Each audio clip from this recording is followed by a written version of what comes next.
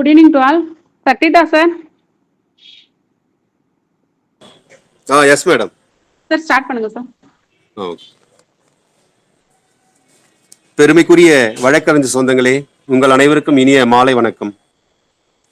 இன்றைய அற்புதமான மாலை பொழுது வேளையில் நம்முடைய த ப்ரோலிட்டர் பீடிஎஸ் குழுவின் வாயிலாக அனுதினமும் அதிகாலை 5 மணி முதல் 6:30 மணியிலும் வகுப்பு நடைபெறுகின்றன. அதேபோல் மாலை வேளையில் 6:30 மணி முதல் 8 மணி வரையிலும் சீனியர் அட்வைஸ் மூலமாக சிறப்பு வகுப்பு நடைபெறுகின்றன. அந்த வகையில் இன்றைய மாலை நேர சிறப்பு வகுப்பு juvenile justice care and protection of children act 2015 என்ற ஒரு சிறப்பு சட்டத்தை நாம் அனைவருடைய ஆழ் மனதிலும் பதியமிடுவதற்காக வருகை புரிந்துள்ள பெருமைக்குரிய சென்னை உயர்நீதிமன்ற வழக்கறிஞர் மாண்பு பொருந்திய செல்வ பிரியங்கா மேடம் அவர்களை அன்புடன் வரவேற்கிறேன். மற்றும் சைல்டு வெல்ஃபேர் கமிட்டி மெம்பர்ஸ் பெருமைக்குரிய வழக்கறிஞர் பிரவீனா மேடம் மற்றும் பெருமைக்குரிய வழக்கறிஞர் பொன்னுத்தாய் மேடம் அவர்களையும் அன்புடன் வரவேற்கிறேன். மற்றும் லீகல் கம் ப்ரொபேஷன் ஆபீசர் பெருமைக்குரிய வழக்கறிஞர் தயாளன் சார் அவர்கள் மற்றும் உங்கள் அனைவரையும் த ப்ரோலிட்டர் பீடிஎஸ் குழுவின் சார்பாக அன்புடன் வரவேற்பதில் மகிழ்ச்சி அடைகிறேன். Welcome to all. மாண்பு பொருந்திய வழக்கறிஞர் செல்வ பிரியங்கா மேடம் அவர்கள் நமக்காக பல சட்ட வகுப்புகளை எடுத்து நாம் அனைவரையும் சட்டத்துறையில் மேன்மை அடைய செய்வார் என்று கூறுவதில் பெருமை அடைகிறேன். அன்புக்குரிய வழக்கறிஞர் சொந்தங்களே, உங்களுடைய ஆடியோ அண்ட் வீடியோ மியூட் செய்து கொள்ளுங்கள். வகுப்பு சம்பந்தமாக ஐயம் ஏற்பட்டால் குறிப்பெடுத்துக் கொள்ளுங்கள். வகுப்பு இறுதியில் தீர்வு காணப்படும். மேடம் உங்கள் இடத்தில் வினாக்கள் எழுப்பினால் நீங்கள் அன்மியூட் செய்து பதில் அளிக்குமாறு கேட்டுக்கொள்கிறேன். நன்றி. Welcome madam. கிளாஸ் ஸ்டார்ட் பண்ணலாம் madam. Thank you so much for having me and thanks for the beautiful introduction, sir. So good evening all of you. என்னோட ஆடியோ எங்கேயாவது உங்களுக்கு ஆடிபிளா இல்லை அப்படின்னா ஹேண்ட் ரைஸ் பண்ணுங்க. I'll understand. Also ஏதாவது doubts இருந்ததுன்னா at the end of the session clarify பண்ணிக்கலாம். We'll have ஒரு 1.5 hours solid we'll have the class. At the end of the session I'll give you specially time for asking all the doubts. So அப்ப clarify பண்ணிக்கலாம். So இன்னைக்கு வந்து as sir has introduced the Juvenile Justice Care and Protection of Children Act 2015 தான் நம்ம பார்க்க போறோம். So before getting into the sections, நம்ம இந்த act we all know already ஒரு ஆக்ட் இருந்தது and 2015ல ஒரு அமெண்ட்மெண்ட் மூலமா நிறைய சேஞ்சஸ் கொண்டு வந்தாங்க அப்படின்னு நமக்கு எல்லாருக்குமே தெரியும். ஸோ பேசிக்கா என்னெல்லாம் சேஞ்சஸ் கொண்டு வந்தாங்க அப்படின்றத ஒரு சின்ன இன்ட்ரடக்ஷன் மாதிரி பார்த்துட்டு we'll get into the act sections, each and every sections நம்ம பார்க்க ஆரம்பிச்சிடலாம். So firstly, as we all know 2012 வரைக்கும் வந்து பெரிய கான்சிக்வன்ஸ் பெரிய கன்ஃபியூஷன்ஸ் ரிகார்டிங் திஸ் ஆக்ட் எதுவுமே கிடையாது. ஸோ 2012க்கு அடுத்து அந்த டிகேடுக்கு அடுத்து வந்து நிறைய நேஷனல் கிரைம் பியூரோட ரிப்போர்ட்ஸ்ல வந்து the number of crimes that has been committed by 16 to 18 years அந்த இயர்ல இருக்கிற சைல்டுனால கமிட் பண்ற கிரைமோட நம்பர் வந்து ரொம்ப இன்க்ரீசிங் ஆயிட்டே இருந்தது. ஸோ அவங்கள நம்ம ஜுவனைல் ஜஸ்டிஸ் ஆக்ட் கீழே கொண்டு வரதுனால மெஜாரிட்டி ஆஃப் த பனிஷ்மெண்ட்ஸ் நம்ம கொடுக்க முடியல அண்ட் அவங்களோட அந்த வே ஆஃப் ட்ரீட்டிங் தெம் அந்த பனிஷிங் தெம் வந்து ரொம்ப டிஃப்ரெண்டா இருந்தனால we thought there's a need for amendment. And அதோட பேசிஸ்ல ஒரு கமிட்டி அப்பாயிண்ட் பண்ணாங்க அண்ட் அந்த கமிட்டியோட ரெக்கமெண்டேஷன்ஸ் அப்புறம் especially after Nirbhaya case very famous Nirbhaya case நமக்கு வந்து நிறைய ரீஃபார்ம்ஸ் கொண்டு வரணும் அப்படின்னு நினைச்சாங்க. அதோட கான்சிக்வன்ஸா வந்ததுதான் இந்த அமெண்ட்மெண்ட். அண்ட் அமெண்ட்மெண்ட்ல வந்து மேஜரா 2 விஷயம் வந்து அவங்க ரொம்ப கிளியரா கிளாரிட்டி கொடுத்திருப்பாங்க. ஃபர்ஸ்ட் சைல்ட வந்து 2ஆ பிரிக்கிறாங்க. they say child common definition any child under the age of 18 is a child under this act. 18 வயசு கீழே இருக்கிற எல்லாருமே இந்த ஆக்ட் கீழே சைல்டு தான் நம்ம ட்ரீட் பண்றோம். அண்ட் அந்த சைல்ட 2ஆ கிளாசிஃபை பண்றாங்க. Child who is in conflict with law, child in need of care and protection. இந்த ரெண்டையுமே ரொம்ப கிளியரா அண்ட் அதுக்கு தனித்தனி boards. Child need of conflict with law அப்படின்னா சட்டத்துக்கு புறமான காரியம் ஏதாவது செஞ்சு ஒரு சைல்ட வந்து நீங்க ஆப்ரிஹெண்ட் பண்ணி வந்திருக்கீங்க, அந்த சைல்ட வந்து ஒரு அஃபென்ஸ் கமிட் பண்ண ஒரு சைல்ட வந்து நீங்க சைல்டு இன் கான்ஃபிளிக்ட் வித் லா அப்படின்னு சொல்றீங்க. அண்ட் ஒரு சைல்டு அபேண்டனா இருக்காங்க இல்ல சரண்டரா இருக்காங்க இல்ல அவங்க பேரண்ட்னால அந்த சைல்ட வந்து டேக் கேர் பண்ணிக்க முடியல, அந்த சைல்ட பாத்துக்கிறதுக்கான கடமையும் கவர்மெண்ட் கிட்ட இருக்கிறதுனால அந்த சைல்ட பாத்துக்கிறதுக்கான ப்ரொவிஷன்ஸும் இந்த ஆக்ட்ல தான் இருக்கு.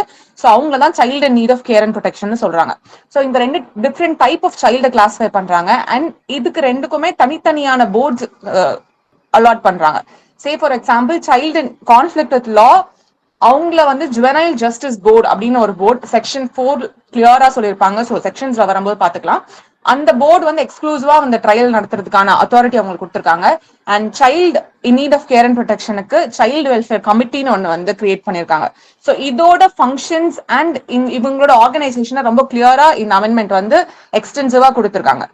ஆல்சோ இந்த child as I said 16 to 18 years இருக்க சைல்டு சில அஃபென்ஸ் பண்ணும்போது அவங்கள வந்து எக்ஸ்ட்ரீம் நேச்சர் ஆஃப் அஃபென்ஸ் பண்ணும்போது சைல்டா ட்ரீட் பண்ணணும்னா ப்ராப்பரான பனிஷ்மெண்ட் இருக்கு, அது ப்ராப்பரான ரீஹாபிலிட்டேஷன் மட்டும் கொடுக்க முடியாதுன்னு கன்சிடர் பண்ணி அந்த கேஸ்ல இருக்க சைல்ட வந்து 16 to 18 சில offences say for example heinous offences classify பண்றாங்க. Maximum punishment 7 years or more இருக்கிற ஒரு அஃபென்ஸ் கமிட் பண்ற பட்சத்துல 16 to 18 years அவங்களுக்கு சில கிரைட்டீரியாஸை ஃபுல்ஃபில் பண்ணியிருந்தாங்கன்னா ப்ரிலிமினரி இன்கொயரி கண்டக்ட் பண்ணி சில கிரைட்டீரியாஸ் அவங்க ஃபுல்ஃபில் பண்ணியிருந்தாங்கன்னா அவங்களை அடல்ட் மாதிரி ட்ரீட் பண்ணலாம் அப்படின்ற சேஞ்சஸுமே இந்த அமெண்ட்மெண்ட் மூலமா வருது. ஆல்சோ இந்த amendment central adoption resource authority அப்படின்ற ஒரு அத்தாரிட்டிக்கு வந்து சென்ட்ரல் கவர்மெண்ட் அப்பாயிண்ட் பண்ண ஒரு அத்தாரிட்டிக்கு they are giving statutory status. உங்க மைக்ஸ் எல்லாம் மியூட் பண்ணிருங்க. there's any doubt நீங்க at the end of session கேட்டுக்கலாம். or else மெசேஜ்ல நீங்க வேணா உங்க டவுட்ஸ் வந்து போஸ்ட் பண்ணுங்க. அப்பப்போ we have it at the end of the session. So central adoption resource authority அப்படின்ற அத்தாரிட்டிக்கு ஸ்டாச்சுட்டரி ஸ்டேட்டஸ் கொடுக்குறாங்க.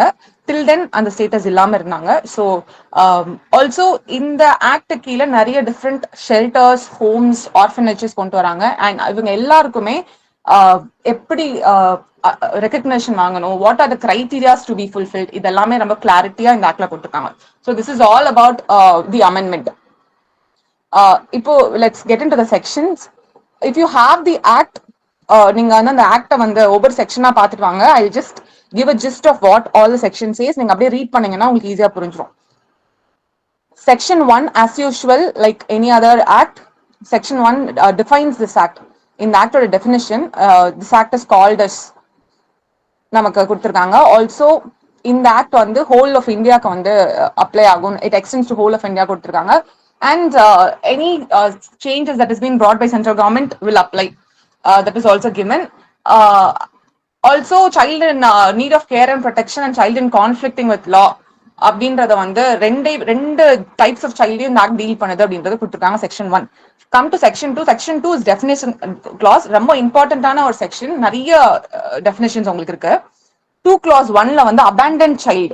abandoned child அப்படின்னா biological parents or adaptive parents or ஒரு கார்டியன் அப்பாயிண்ட் பண்ணப்பட்ட ஒருத்தர் அந்த சைல்ட பாத்துக்காம அபேண்ட் பண்ணிட்டு போயிட்டாங்க, அந்த சைல்ட பாத்துக்காம நிர்கதியா விட்டுட்டு போயிட்டாங்கன்னா அந்த சைல்ட இந்த கமிட்டி எடுத்துட்டு வந்து ப்ராப்பர் என்கொயரிக்கு அப்புறம் ஒரு ஆர்ஃபனேஜ்லயோ ஹோம்லயோ விடணும்.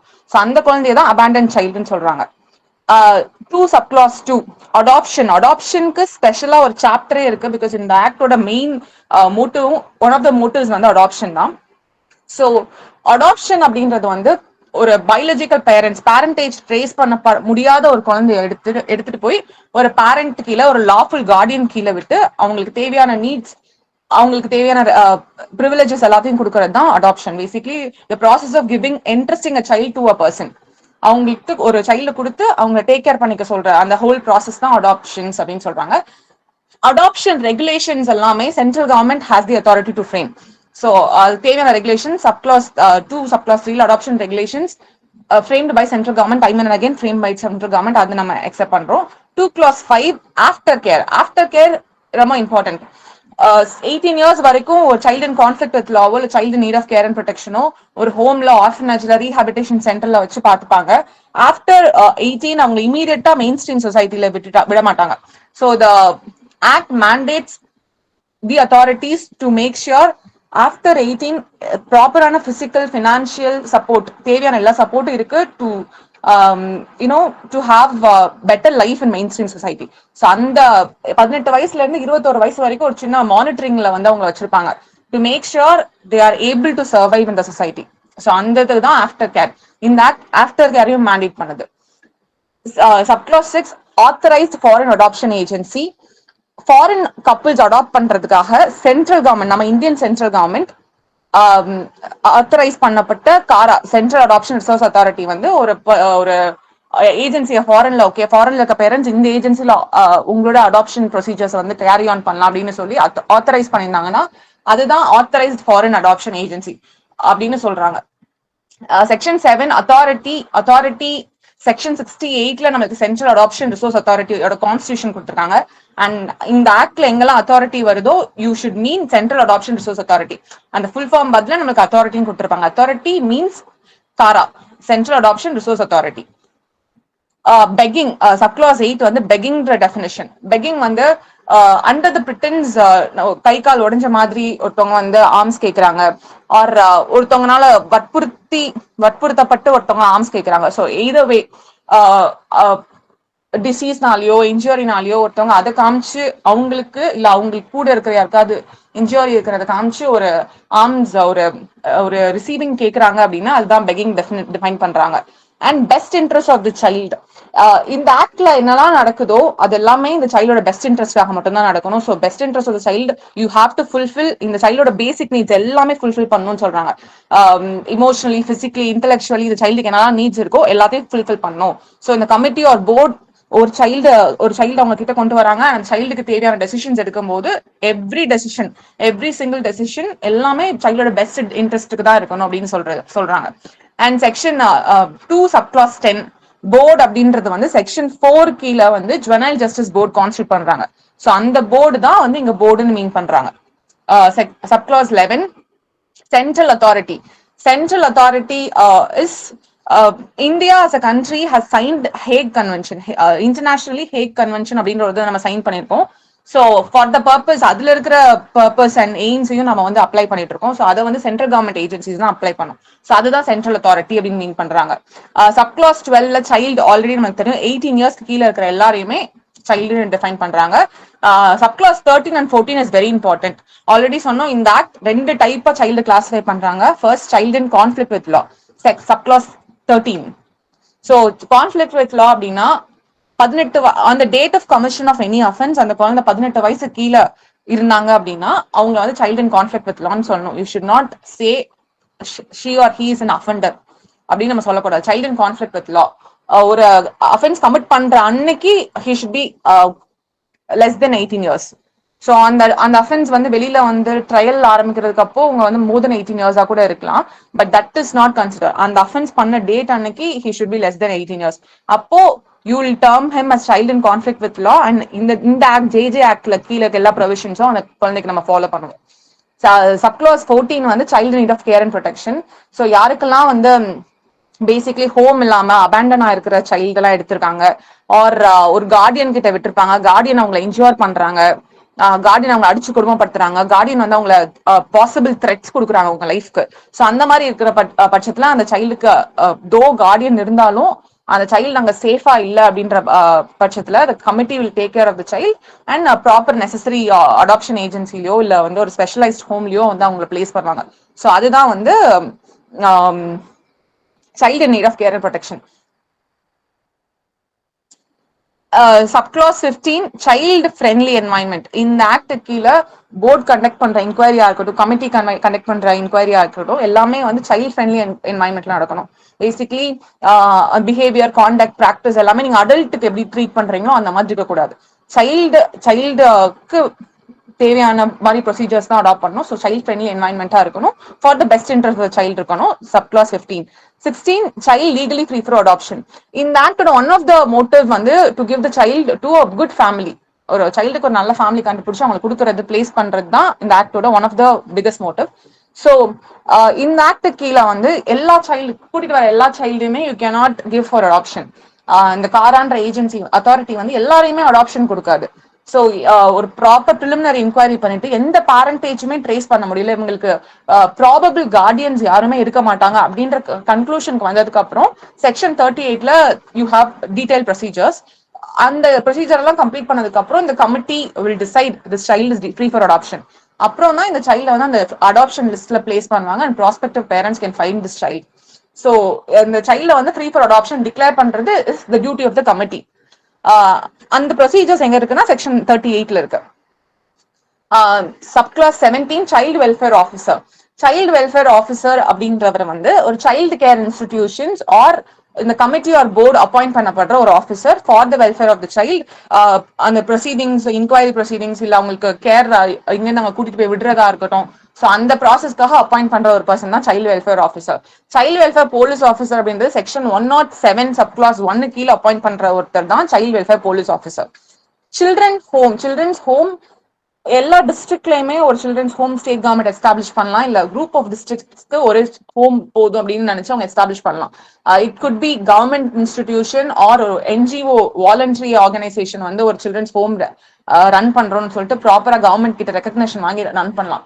ஸோ செக்ஷன் 50ல சில்ட்ரன்ஸ் ஹோம்க்கு என்னெல்லாம் கிரைட்டீரியாஸ் இருக்கோ அதை ஃபுல்ஃபில் பண்ணி ஒரு கவர்மெண்டல் ஒரு பிரைவேட் ஆர்கனைசேஷன் ஒரு சில்ட்ரன்ஸ் ஹோம் எஸ்டாப்ளிஷ் பண்றாங்கன்னா that is called children's home. Subclause 19. 20 children's court. இந்த ஆக்ட் கீழே வந்து தனியா தான் அவங்க அஃபென்ஸ் எல்லாம் இவங்க கமிட் பண்ற அஃபென்ஸ் எல்லாம் டீல் பண்ணுவோம், நம்மளுக்கு ஆல்ரெடி படிச்சாச்சு. ஸோ இதுக்கு வந்து ஸ்பெஷலா சில்ட்ரன்ஸ் கோர்ட்னு ஒன்று இருக்கணும் எல்லா டிஸ்ட்ரிக்ட்லயும். சில்ட்ரன்ஸ் கோர்ட் இல்லாத டிஸ்ட்ரிக்ட்ல court of sessions is eligible to try the offences. இந்த ஆக்ட் கீழே வர அஃபென்சஸ் ட்ரை பண்ணலாம். Children's court suppose POCSO act கீழே இல்ல சைல்ட் ரைட்ஸ் ஆக்ட் கீழே ஒரு கோர்ட் அப்பாயிண்ட் இருந்தது அந்த டிஸ்ட்ரிக்ட்ல இருந்ததுன்னா that court can also be consider children's court under JJ act.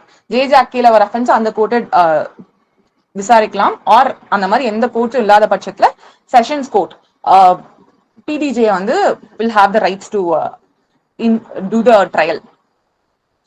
Section 20 subclause 21 child care institution. Child care institution different institutions இருக்கு, shelters இருக்கு, homes இருக்கு, safety place இருக்கு, fit facility இருக்கு. ஸோ இதோட டெஃபினேஷன்ஸ் எல்லாம் கம்மிங் செக்ஷன்ஸ்ல நம்ம வந்து எக்ஸ்க்ளூசிவா பார்ப்போம். பர்டிகுலரா இந்த நேச்சர் ஆஃப் அஃபென்ஸ் கமிட் பண்ணவங்களை இந்த ஹோம்ல தான் விடணும் அப்படின்ற மாதிரி நமக்கு இருக்கு. ஏஜ் கேட்டகரியில வந்து அவங்களை கிளாஸிஃபை பண்றது இருக்கும். ஸோ இந்த ஆக்ட் கீழே கிளாஸிஃபை பண்ண எல்லாத்தையும் நீங்க சைல்டு கேர் இன்ஸ்டிடியூஷன் சொல்றீங்க.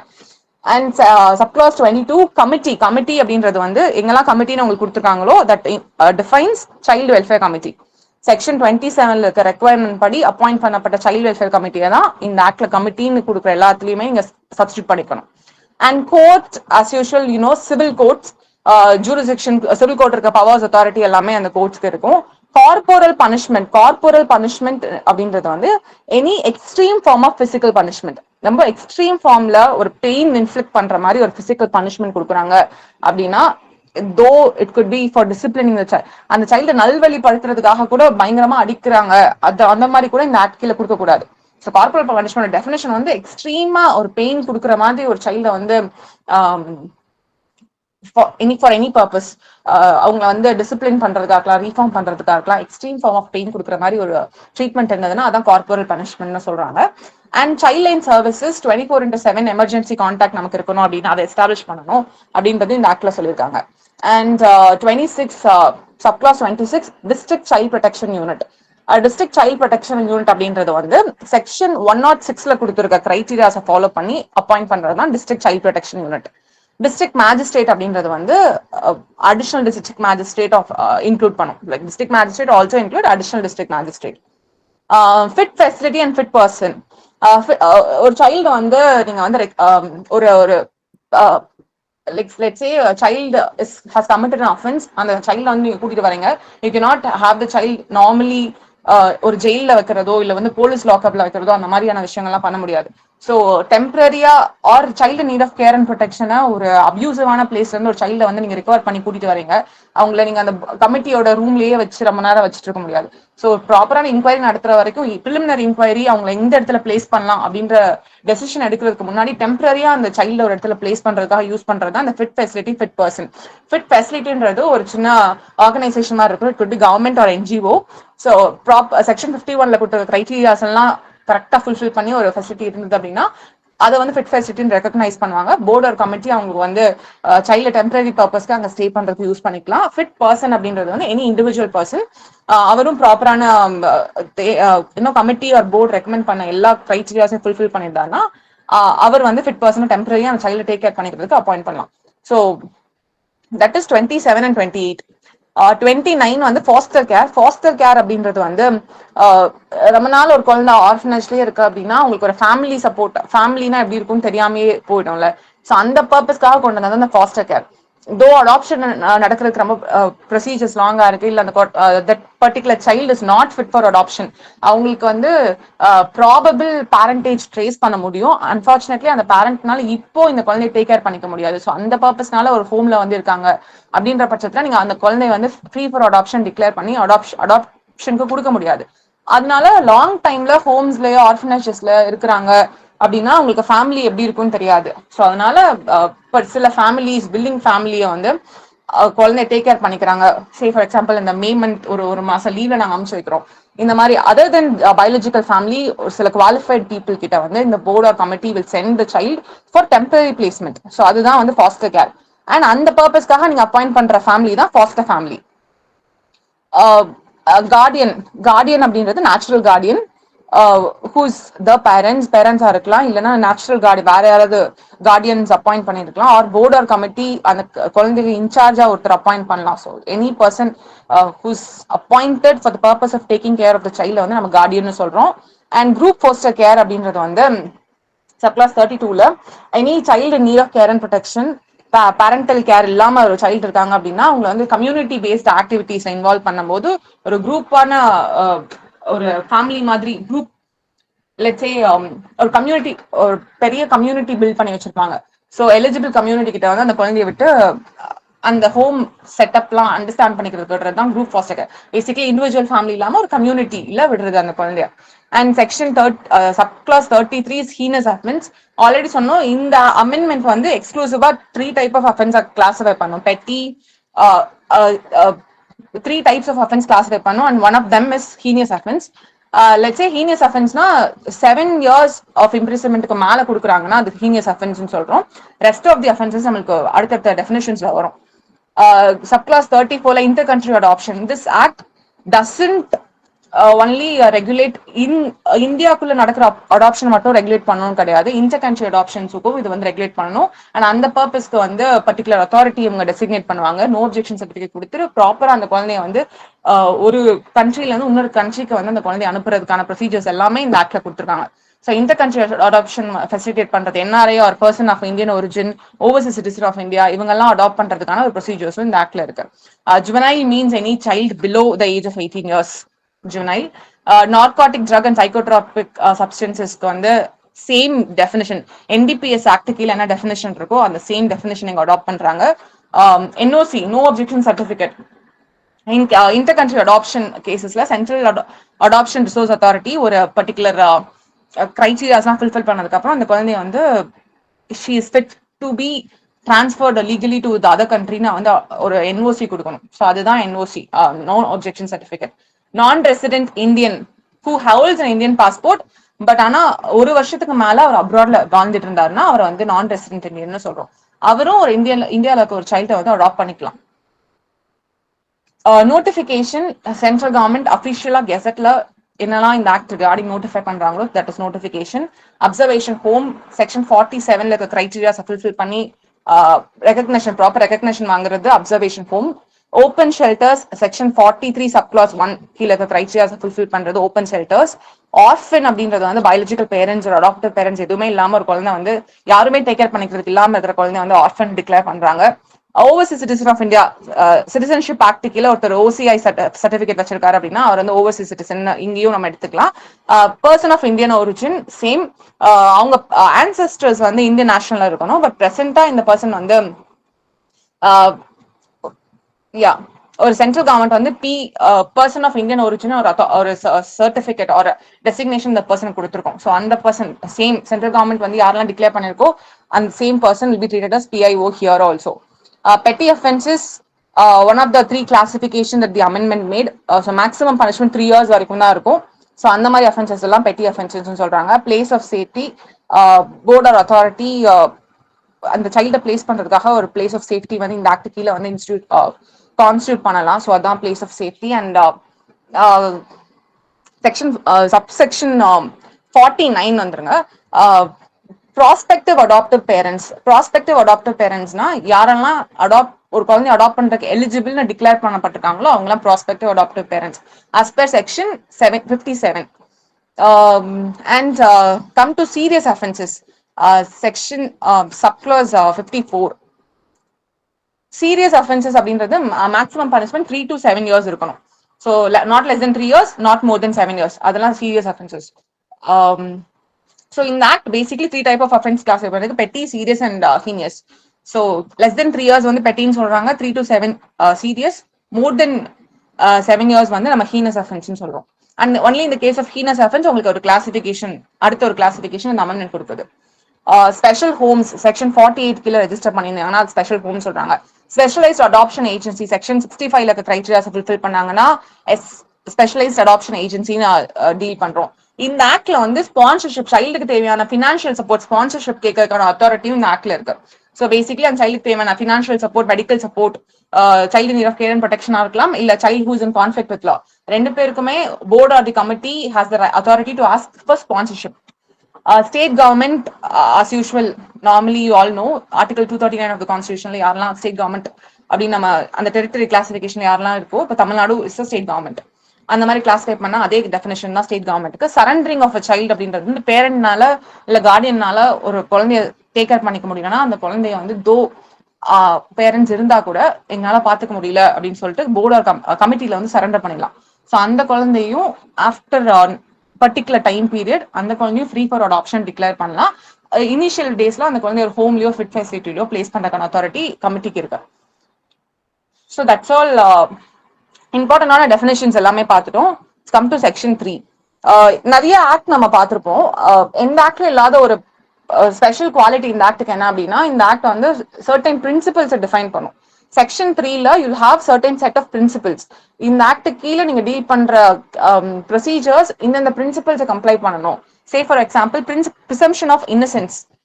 ஒரு சைல்டு வந்து உங்களுக்கு முன்னாடி ஒரு கான்ஃபிளிக்ட் இன் லான்னு கொண்டு வராங்க அப்படின்னா you should basically presume the child is Innocent. அதுக்கப்புறம் the prosecution has to prove இல்ல this child has committed the offense. So the burden is on the prosecution. ஆனா அந்த பேசிக் ப்ரிசம்ப்ஷன் என்னன்னா ப்ரிசம்ப்ஷன் ஆஃப் இன்னசென்ஸ் இருக்கணும். Presumption of dignity and worth. எல்லா human பீயிங்ஸ்க்கும் equal dignity and rights கொடுக்கணும். Be it child 5 வயசுல இருக்க குழந்தையா இருக்கலாம், இல்ல அடல்ட்டுக்கு நம்ம கொடுக்குற மாதிரி அதே டிக்னிட்டி அண்ட் செல்ஃப் ரெஸ்பெக்ட் இந்த சைல்டுக்கும் கொடுக்கணும். Principle of participation. Though it is a child, நீங்க அந்த என்கொயரி நடத்தும் போது ப்ராப்பரா இந்த சைல்டுக்கு தேவையான if at all the child has a say கண்டிப்பா கேட்கணும். ஸோ அந்த பிரின்சிபல் ஆஃப் பார்ட்டிசிபேஷன் கண்டிப்பா, ரைட் டு பி ஹியர்ட் கண்டிப்பா அந்த சைல்டு கொடுக்கணும். அண்ட் ஆல்ரெடி நம்ம பார்த்திருக்கோம் இந்த ஆக்ட் கீழே என்னெல்லாம் டெசிஷன்ஸ் எடுக்கிறீங்களோ everything is for the best interest of the child. So principle of best இன்ட்ரெஸ்ட்டையும் ஃபாலோ பண்ணணும்னு சொல்றாங்க.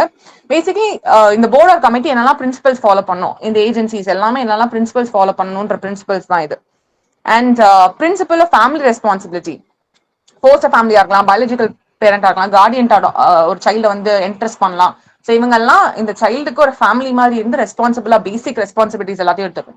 ஒரு ஃபேமிலி ஒரு சைல்டுக்கு என்னெல்லாம் பண்ணுவாங்களோ எல்லாமே இந்த ஃபேமிலி இந்த அப்பாயிண்டட் ஃபேமிலிஸும் பண்ணணும். அதுதான் principle of family responsibility. Principle of safety. இந்த டியூரிங் த ட்ரையலா இருக்கலாம், இல்ல after placing the child in a home, ஒரு ஒரு ஸ்பெஷலைஸ்ட் ஏஜென்சி வந்து கிரியேட் பண்ணி அந்த சைல்டை வந்து ஒரு ஹோம்லயோ இல்ல நீங்க ஒரு ஃபிட் ஃபெசிலிட்டிலயோ பிளேஸ் பண்றீங்க. Through out the process 18 years complete பண்றாங்க, அடுத்து ஆஃப்டர் கேர் 21 வரைக்கும் கொடுக்குறாங்க. Through out the process they have to ensure the child is safe. சேஃபா இல்லைன்னா இமீடியட்டா ப்ராப்பர் என்கொயரி வச்சுட்டு அடுத்த ஹோமுக்கு இல்ல அடுத்த home or observation home, orphanage எதுக்கு டிரான்ஸ்ஃபர் பண்ணணுமோ அடுத்ததுக்கு இமீடியட் டிரான்ஸ்ஃபர் பண்ணுவாங்க. And legal necessary actions will be taken on the previous organisation. அதெல்லாம் என்ஷூர் பண்றது போர்டு ஆர் கமிட்டியோட ஒர்க். பாசிட்டிவ் மெஷர்ஸ், எவ்ரிதிங் இந்த சைல்டோட வெல்பீயிங்காக, இந்த சைல்டோட டெவலப்மெண்ட் மென்டலி பிசிக்கலி இந்த சைல்டோட டெவலப்மெண்ட்டுக்காக அண்ட் இந்த சைல்டோட வல்னரபிலிட்டிஸ் ப்ரிவென்ட் பண்றதுக்காக என்னெல்லாம் மெஷர்ஸ் தேவைப்படுமோ எல்லா மெஷர்ஸும் எடுக்கலாம். பிரின்சிபல் ஆஃப் நான் ஸ்டிக்மடைசிங் செமான்டிக்ஸ். ஸோ பேசிக்லி ஒரு சைல்டை நீங்க டீல் பண்ணும்போது அக்யூஸ் பண்ற மாதிரியான வேர்ட்ஸ் யூஸ் பண்ணக்கூடாது த்ரூ அவுட் த ப்ராசஸ். அந்த சைல்டை ஸ்டிக்மடைஸ் பண்ணக்கூடாது. அஃபெண்டர் அதனால அந்த அஃபெண்டர்ன்ற வேர்டே இங்க இல்ல. சைல்டு இன் கான்ஃபிளிக்ட் வித் லான்ற வேர்டை அதை ரீப்ளேஸ் பண்ணாங்க. So basically no stigma should be attached. எந்த மாதிரியான அக்யூசிங் வேர்ட்ஸ் யூஸ் பண்ணவே கூடாது throughout the trial. And the principle of non waiver of rights. Like child ஒரு conflict in law or child need of care and protection ஒரு board ஒரு கமிட்டிக்கு முன்னாடி வராங்க அப்படின்னா பேசிக்கா அவங்களோட ஃபண்டமெண்டல் ரைட்ஸ் எல்லாத்தையுமே எக்ஸசைஸ் பண்ணலாம். அவங்களுக்கு என்ன ரைட்ஸ் இருக்குன்னே தெரியாது, ரைட் டு பி ஹியர்ட் இருக்கா அப்படின்னு அவங்களுக்கு தெரியாது. So board or committee has to tell உங்களுக்கு நீங்க தான் சொல்லணும்னா சொல்லலாம், இல்ல உங்க பேரண்ட்ஸ் ஆர் உங்க கார்டியன் ஏதாவது எவிடன்சஸ் எடுத்துட்டு வரணும்னா எடுத்துட்டு வரலாம். சோ இந்த மாதிரியான ரைட்ஸ் இவங்க தான் சொல்லணும். ஜஸ்ட் பிகாஸ் நியர்லி பிகாஸ் இந்த குழந்தை அது யூஸ் பண்ணல during the trial doesn't mean this right has waived. லேட்டரான அவங்களுக்கு அந்த ரைட் தெரிய வந்தா கூட they can claim the right. So இங்க நான் வேவர் ஆஃப் ரைட்ஸே கிடையவே கிடையாது. நிறைய கேஸ்ல நான் வேவர் ஆஃப் ரைட்ஸ் இருக்கும், பட் இங்க இருக்காது. சைல்டு ஜேஜே ஆக்ட் கீழே ட்ரை பண்ற எந்த அஃபென்ஸ்க்குமே இங்க நமக்கு நான் வேவர் ஆஃப் ரைட்ஸ் இருக்காது. Principle of equality and non-discrimination, of course, based on sex or religion, ethnicity, place of birth, disability, எதை பேஸ் பண்ணியும் சைல்டு நீங்க டிஸ்கிரிமினேட் பண்ணவே முடியாது. Right to privacy and confidentiality. ஒரு சைல்டு ஒரு கான்ஃபிளிக்ட் இன் லாவா இருக்கலாம், இல்ல child need of care and ப்ரொடெக்ஷனா இருக்கலாம். அவங்களோட டீடைல்ஸ் எல்லாமே ரொம்ப கான்ஃபிடென்ஷியலா இருக்கணும். அதுவே கான்ஃபிளிக்ட் இன் லா இருக்கிற சைல்டு ஆஃப்டர் அவங்க ரீஹாபிலிட்டேஷன் இந்த டைம்ஸ் எல்லாம் முடிஞ்சதுக்கு அப்புறம் அவங்க வெளியில போறாங்கன்னா அவங்க ரெக்கார்ட்ஸ் எல்லாத்தையுமே basically clear all the records. அவங்களுக்கு கான்ஃபிடென்ஷியாலிட்டி அவங்க பிரைவசியை எப்பவுமே அஃபெக்ட் பண்ணாம ப்ரொசீஜர்ஸ் எல்லாத்தையுமே நீங்க கேரி ஆன் பண்ணணும். Principle of institutionalisation as the measure of last resort. Basically ஒரு இன்ஸ்டிடியூஷனல் கேர்ல ஒரு குழந்தைய வைக்கிறாங்கன்னா that should be used as last resort. You should try to find a family, you should try to find the parents. இது எல்லாமே பண்ணும். ஒரு abandon child இருக்காங்கன்னா ஃபர்ஸ்ட் பேரண்ட் நீங்க கண்டுபிடிக்க ட்ரை பண்ணணும். அவங்க கார்டியன் யாராவது இருக்காங்களா, distant relatives who is interested to take care, இது எல்லாத்தையும் கண்டுபிடிக்கணும். எதுவுமே இல்ல ஓகே இந்த சைல்டு ஃபிட் ஃபார் அடாப்ஷனுக்குமே ரொம்ப நாளைக்கு அப்புறமே பேரண்ட்ஸ் யாரும் கிடைக்கல, அந்த லாஸ்ட் ரிசார்ட்டை தான் நீங்க ஒரு இன்ஸ்டிடியூஷன் சூஸ் பண்ணணும். And principle of repatriation and restoration. Basically let's say a child is being surrendered. ஒரு பாயிண்ட்டுக்கு அப்புறம் அந்த பேரண்ட்ஸ் வேணும்னா அந்த பேரண்ட்ஸ் அவங்களை ரிஸ்டோர் பண்ணிக்கலாம். ஆர் ஒரு சைல்டு ஒரு கான்ஃபிளிக்ட் இன் லா நம்ம ஒரு செட்டப்ல அந்த சைல்டு ஒரு பர்டிகுலர் 3 years or 5 years நம்ம பிளேஸ் பண்றோம். அதுக்கப்புறம் you should return the child to the parent. So அந்த பேரண்ட்ஸ்க்கு அந்த சைல்டு ரெஸ்டோர் பண்ணும். அவங்க எப்படி என்ன மாதிரி எக்கனாமிக் கண்டிஷன்ல அவங்க இருந்தாங்களோ அந்த கண்டிஷன் அவங்களுக்கு ரெஸ்டோர் பண்ணி கொடுக்கணும். Principle of fresh start. Any child இந்த சிஸ்டம்க்கு கீழே வர child except in special circumstances அவங்களை பத்தின எல்லா பாஸ்ட் ரெக்கார்ட்ஸையும் நெசசரிலி அவங்க டெலீட் பண்ணிருப்பாங்க. ஸோ அவங்களோட பாஸ்ட் கிரிமினல் ரெக்கார்ட்ஸ் எல்லாமே கிளியர் பண்ணணும். எக்ஸப்ட் இன் ஸ்பெஷல் கேசஸ்ல நீங்க மெயின்டைன் பண்ணணும்னா அதுக்கு தனியா ப்ரொசீஜர்ஸ் இருக்கு, நீங்க மெயின்டைன் பண்ணிக்கலாம். Principle of diversion. Child in conflict with law எந்த ஜுடிஷியல் ப்ரொசீடிங்ஸையுமே நீங்க ரிசோர்ட் பண்ணாம அந்த child for the best interest of child you should adopt all the procedures. என்னெல்லாம் ப்ரொசீஜர் இருக்கு அப்படின்றது எல்லாத்தையுமே நீங்க அடாப்ட் பண்ணணும் அப்படின்றது சொல்றாங்க. And principle of natural justice, எந்த பயாஸும் இருக்கக்கூடாது, ஃபேர் ஹியரிங் இருக்கணும். இதெல்லாமே இந்த சைல்டுக்கும் கொடுக்கணும். Just because it's child, no rights that is given to an adult is neglected for the child. So எல்லா ரைட்ஸுமே நீங்க கொடுக்குறீங்க. அதுதான் செக்ஷன் 3ல இருக்க பிரின்சிபல்ஸ். செக்ஷன் 4 சாப்டர் 3ல we talk about the board. Juvenile justice board ஒன்று கிரியேட் பண்ணுவாங்க. So let's say juvenile justice போர்டில் ஒரு மெட்ரோபாலிட்டன் மேஜிஸ்ட்ரேட் இல்லைன்னா ஃபர்ஸ்ட் கிளாஸ் ஜுடிஷியல் மேஜிஸ்ட்ரேட், இவங்க 2 பேர்ல யாராவது ஒரு பர்சன் கண்டிப்பா இருக்கணும். And not less than 3 years experience இருக்க 2 பீப்புள் இருக்கலாம், 2 சோஷியல் ஒர்க்கர்ஸ் இருக்கலாம். அதுல கண்டிப்பா அட்லீஸ்ட் ஒரு பர்சன் கண்டிப்பா விமனா தான் இருக்கணும். ஸோ பேசிக்லி ஒரு மெட்ரோபாலிட்டன் மேஜிஸ்ட்ரேட் மெட்ரோபாலிட்டன் டிஸ்ட்ரிக்ட்ஸா இருந்ததுன்னா நீங்க மெட்ரோபாலிட்டன் மேஜிஸ்ட்ரேட் அங்க ஹெட் பண்ணலாம். இல்ல ஒரு நார்மல் டிஸ்ட்ரிக்ட்ஸா இருக்கலாம், ஜுடிஷியல் மேஜிஸ்ட்ரேட் ஃபர்ஸ்ட் கிளாஸ் அதை ஹெட் பண்ணலாம். அண்ட் 2 சோஷியல் ஒர்க்கர்ஸ் கண்டிப்பா இருக்கணும். அதுல ஒரு பர்சன் அட்லீஸ்ட் விமனா இருக்கணும். ஸோ இவங்க 3 பேர் சேர்ந்ததுதான் ஒரு ஜுவனைல் ஜஸ்டிஸ் போர்டு. இதுல அப்பாயிண்ட் பண்ற சோஷியல் ஒர்க்கர்ஸ் எல்லாத்துக்கும் சில எலிஜிபிலிட்டி கொடுத்துருக்காங்க. ப்ரீவியஸா அவங்களுக்கு ஒரு ஹியூமன் ரைட்ஸ் வயலேஷன் இல்ல சைல்ட் ரைட்ஸ் வயலேஷன் ஏதாவது பண்ணிருக்காங்கன்னு ரெக்கார்ட்ஸ் இருந்ததுன்னா நீங்க அவங்களை அப்பாயிண்ட் பண்ண முடியாது. வேற ஏதாவது கைண்ட் ஆஃப் அஃபென்ஸ் கமிட் பண்ணிருக்காங்க அண்ட் அதுல இருந்து அவங்களுக்கு ஃபுல் பார்டன் கிடைக்கல, முழுசா விடுதலை ஆகல, அந்த பட்சத்துல நீங்க அவங்களை அப்பாயிண்ட் பண்ண முடியாது. சென்ட்ரல் ஆர் ஸ்டேட் கவர்மெண்ட் சர்வீஸ்ல இருந்து சில கண்டிஷன்ஸ்னால ஃபார் ஃப்ராட் ஆர் அதர் கண்டிஷன்ஸ்னால அவங்க ரிமூவ் பண்ணிருக்காங்க, டிஸ்மிஸ் ஆயிருக்காங்க அப்படின்னா அவங்களை நீங்க அப்பாயிண்ட் பண்ண முடியாது. Child employment in contrary to labor violations இதெல்லாம் பண்ணியிருந்தாங்கன்னா நீங்க அவங்களை அப்பாயிண்ட் பண்ண முடியாது. ஸோ இந்த சோஷியல் ஒர்க்கர்ஸ்க்கு கிரைட்டீரியாஸ் இருக்கும். Also any person appointed under this board can be dismissed by the state government after conducting proper enquiry.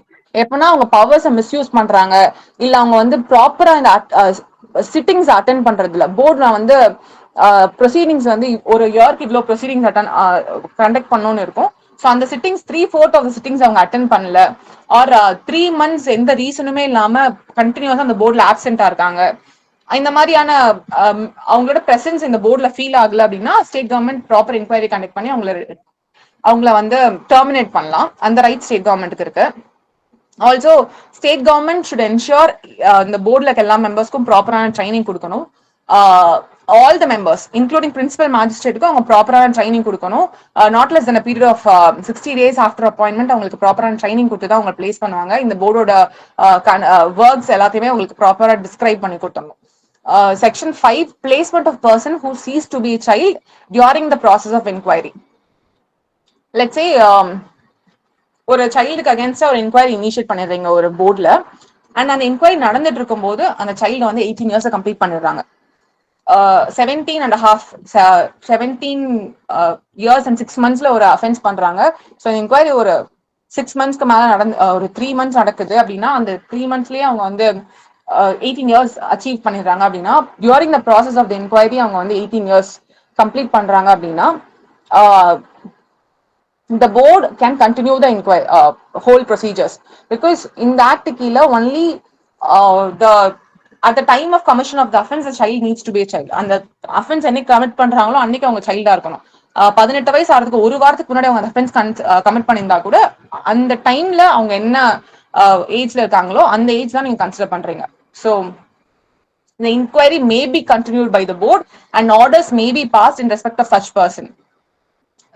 என்ன அஃபென்ஸ் கமிட் பண்ணிருக்காங்களோ அதுக்கு எப்படி என்கொயரி பண்ணணுமோ, if he is a child அதே கண்டினியூஷனா அந்த என்கொயரி நடக்கணும். Just because he achieve 18 years doesn't mean இவங்களை வந்து normal கோர்ட்ஸ்க்கு transfer பண்ணி அடல்ட் மாதிரி ட்ரீட் பண்ணணும், அந்த மாதிரி கிடையாது. Section 5. Section 6, placement of persons who committed an offense when person was below the age of 18 years. Let's say ஒரு அஃபென்ஸ் நடக்குது, பட் ஆனா ஒரு பாயிண்ட்டுக்கு அப்புறம் தான் அந்த அஃபென்ஸ் வெளியிலேயே வருது. So at the time of apprehension அந்த பர்சன் வந்து below 18 years offense பண்ணிருக்காரு, பட் அந்த டைம் ஆஃப் அப்ரிஹென்ஷன் அவர் வந்து 18 yearsல இல்ல.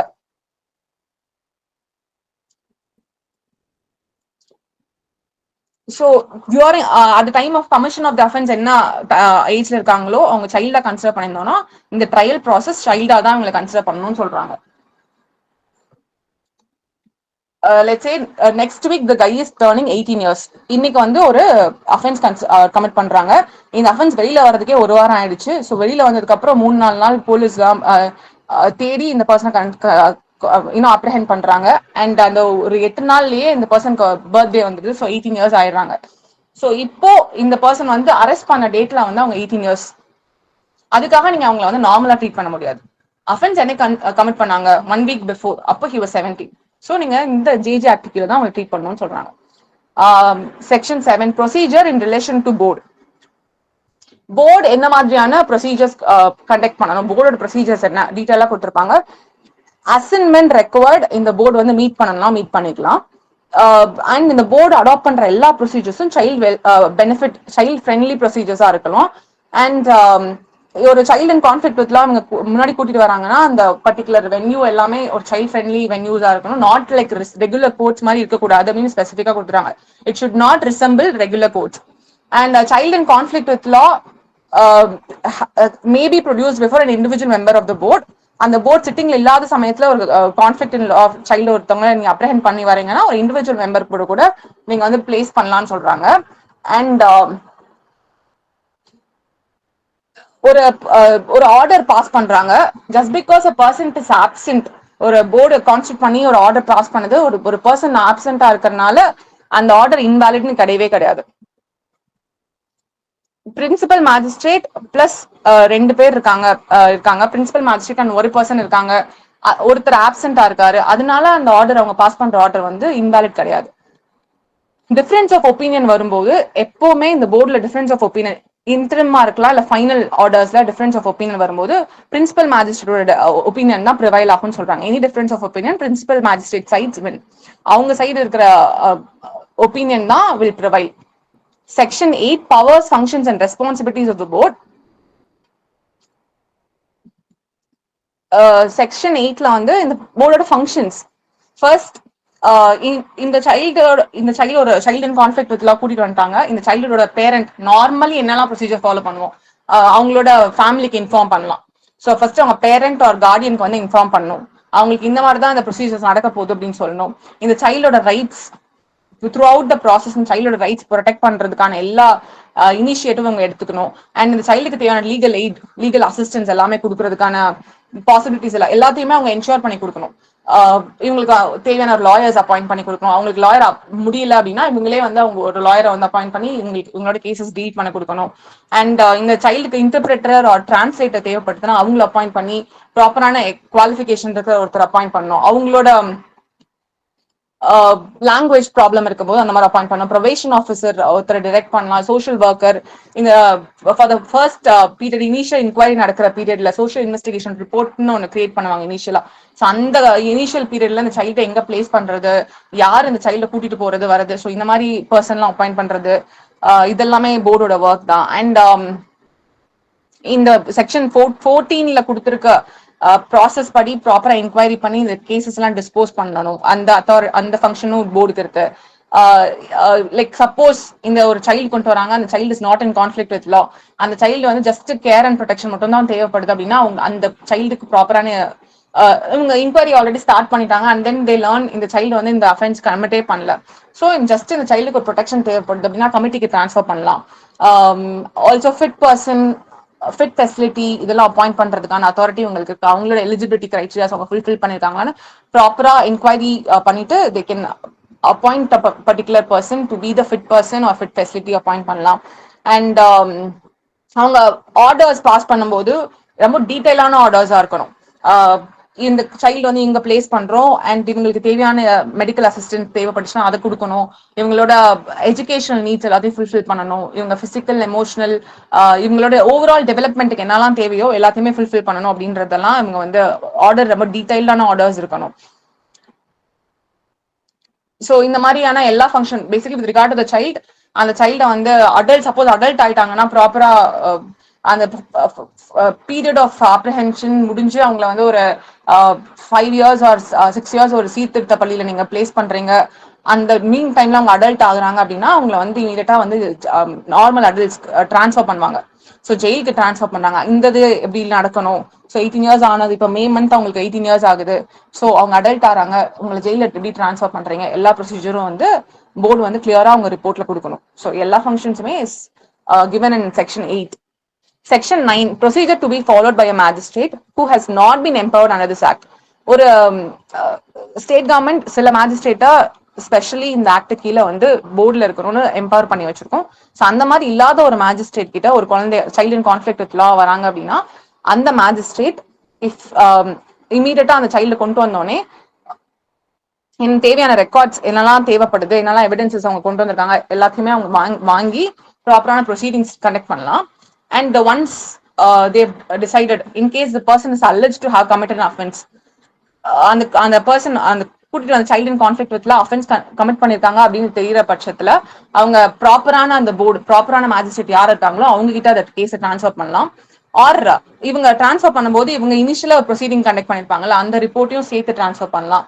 இல்ல இனிஷியலா கொண்டு வந்தோடனே எனக்கு அத்தாரிட்டி இல்லை 24 hours அந்த ஒரு மேஜிஸ்ட்ரேட்டை கொண்டு வராங்க எனக்கு அத்தாரிட்டி இல்லைன்னா இமீடியட்டா அந்த யாருக்கு அத்தாரிட்டி இருக்கோ அவங்ககிட்ட இமீடியட்டா டிரான்ஸ்ஃபர் பண்ணலாம், இல்ல ப்ராப்பரா என்கொயரி பண்ணிட்டு டிரான்ஸ்ஃபர் பண்ணலாம். ஸோ அந்த அத்தாரிட்டி கொடுத்துருக்காங்க செக்ஷன் 9ல.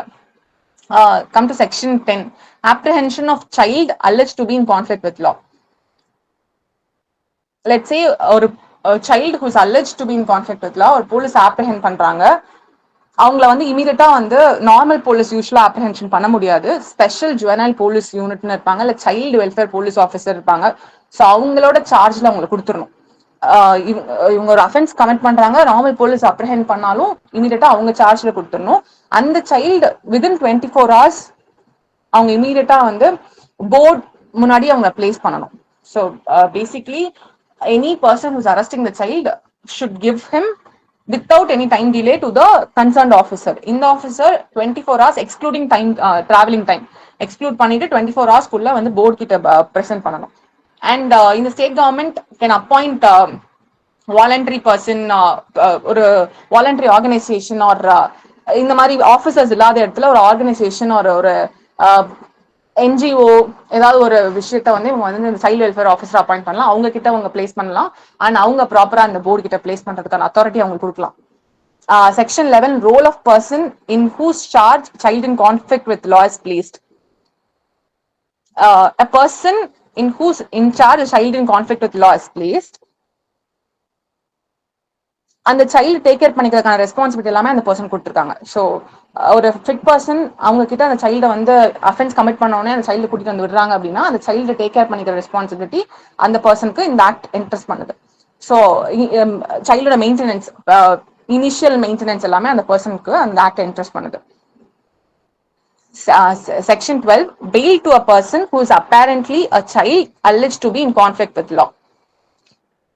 ஒரு பெயிலபிள் அஃபென்ஸ் கமிட் பண்றாங்க, இல்ல ஒரு நான் பெயிலபிள் அஃபென்ஸ் கமிட் பண்றாங்கன்னு ஒரு சைல்டை வந்து அவங்க அப்ரஹெண்ட் பண்ணி போர்டு முன்னாடி நிறுத்தும் போது இனிஷியலா ஒரு போலீஸ் டீடைன் பண்ணும் போதே ஹி அண்டர்ஸ்டாண்ட்ஸ் இந்த சைல்டு வந்து ஷியூரிட்டி இல்லாம கூட வந்து பெயில் கொடுக்கலாம் அப்படின்ற ஒரு கண்டிஷன் இருந்ததுன்னா அவங்க ப்ராப்பரா வந்து பெயில் கொடுத்து அமைச்சிடலாம். நார்மல் கேஸ்ல எப்படி பெயில் கொடுப்பீங்களோ இது சின்ன பெட்டி அஃபென்ஸ் தான், ரொம்ப குட்டி அஃபென்ஸ்.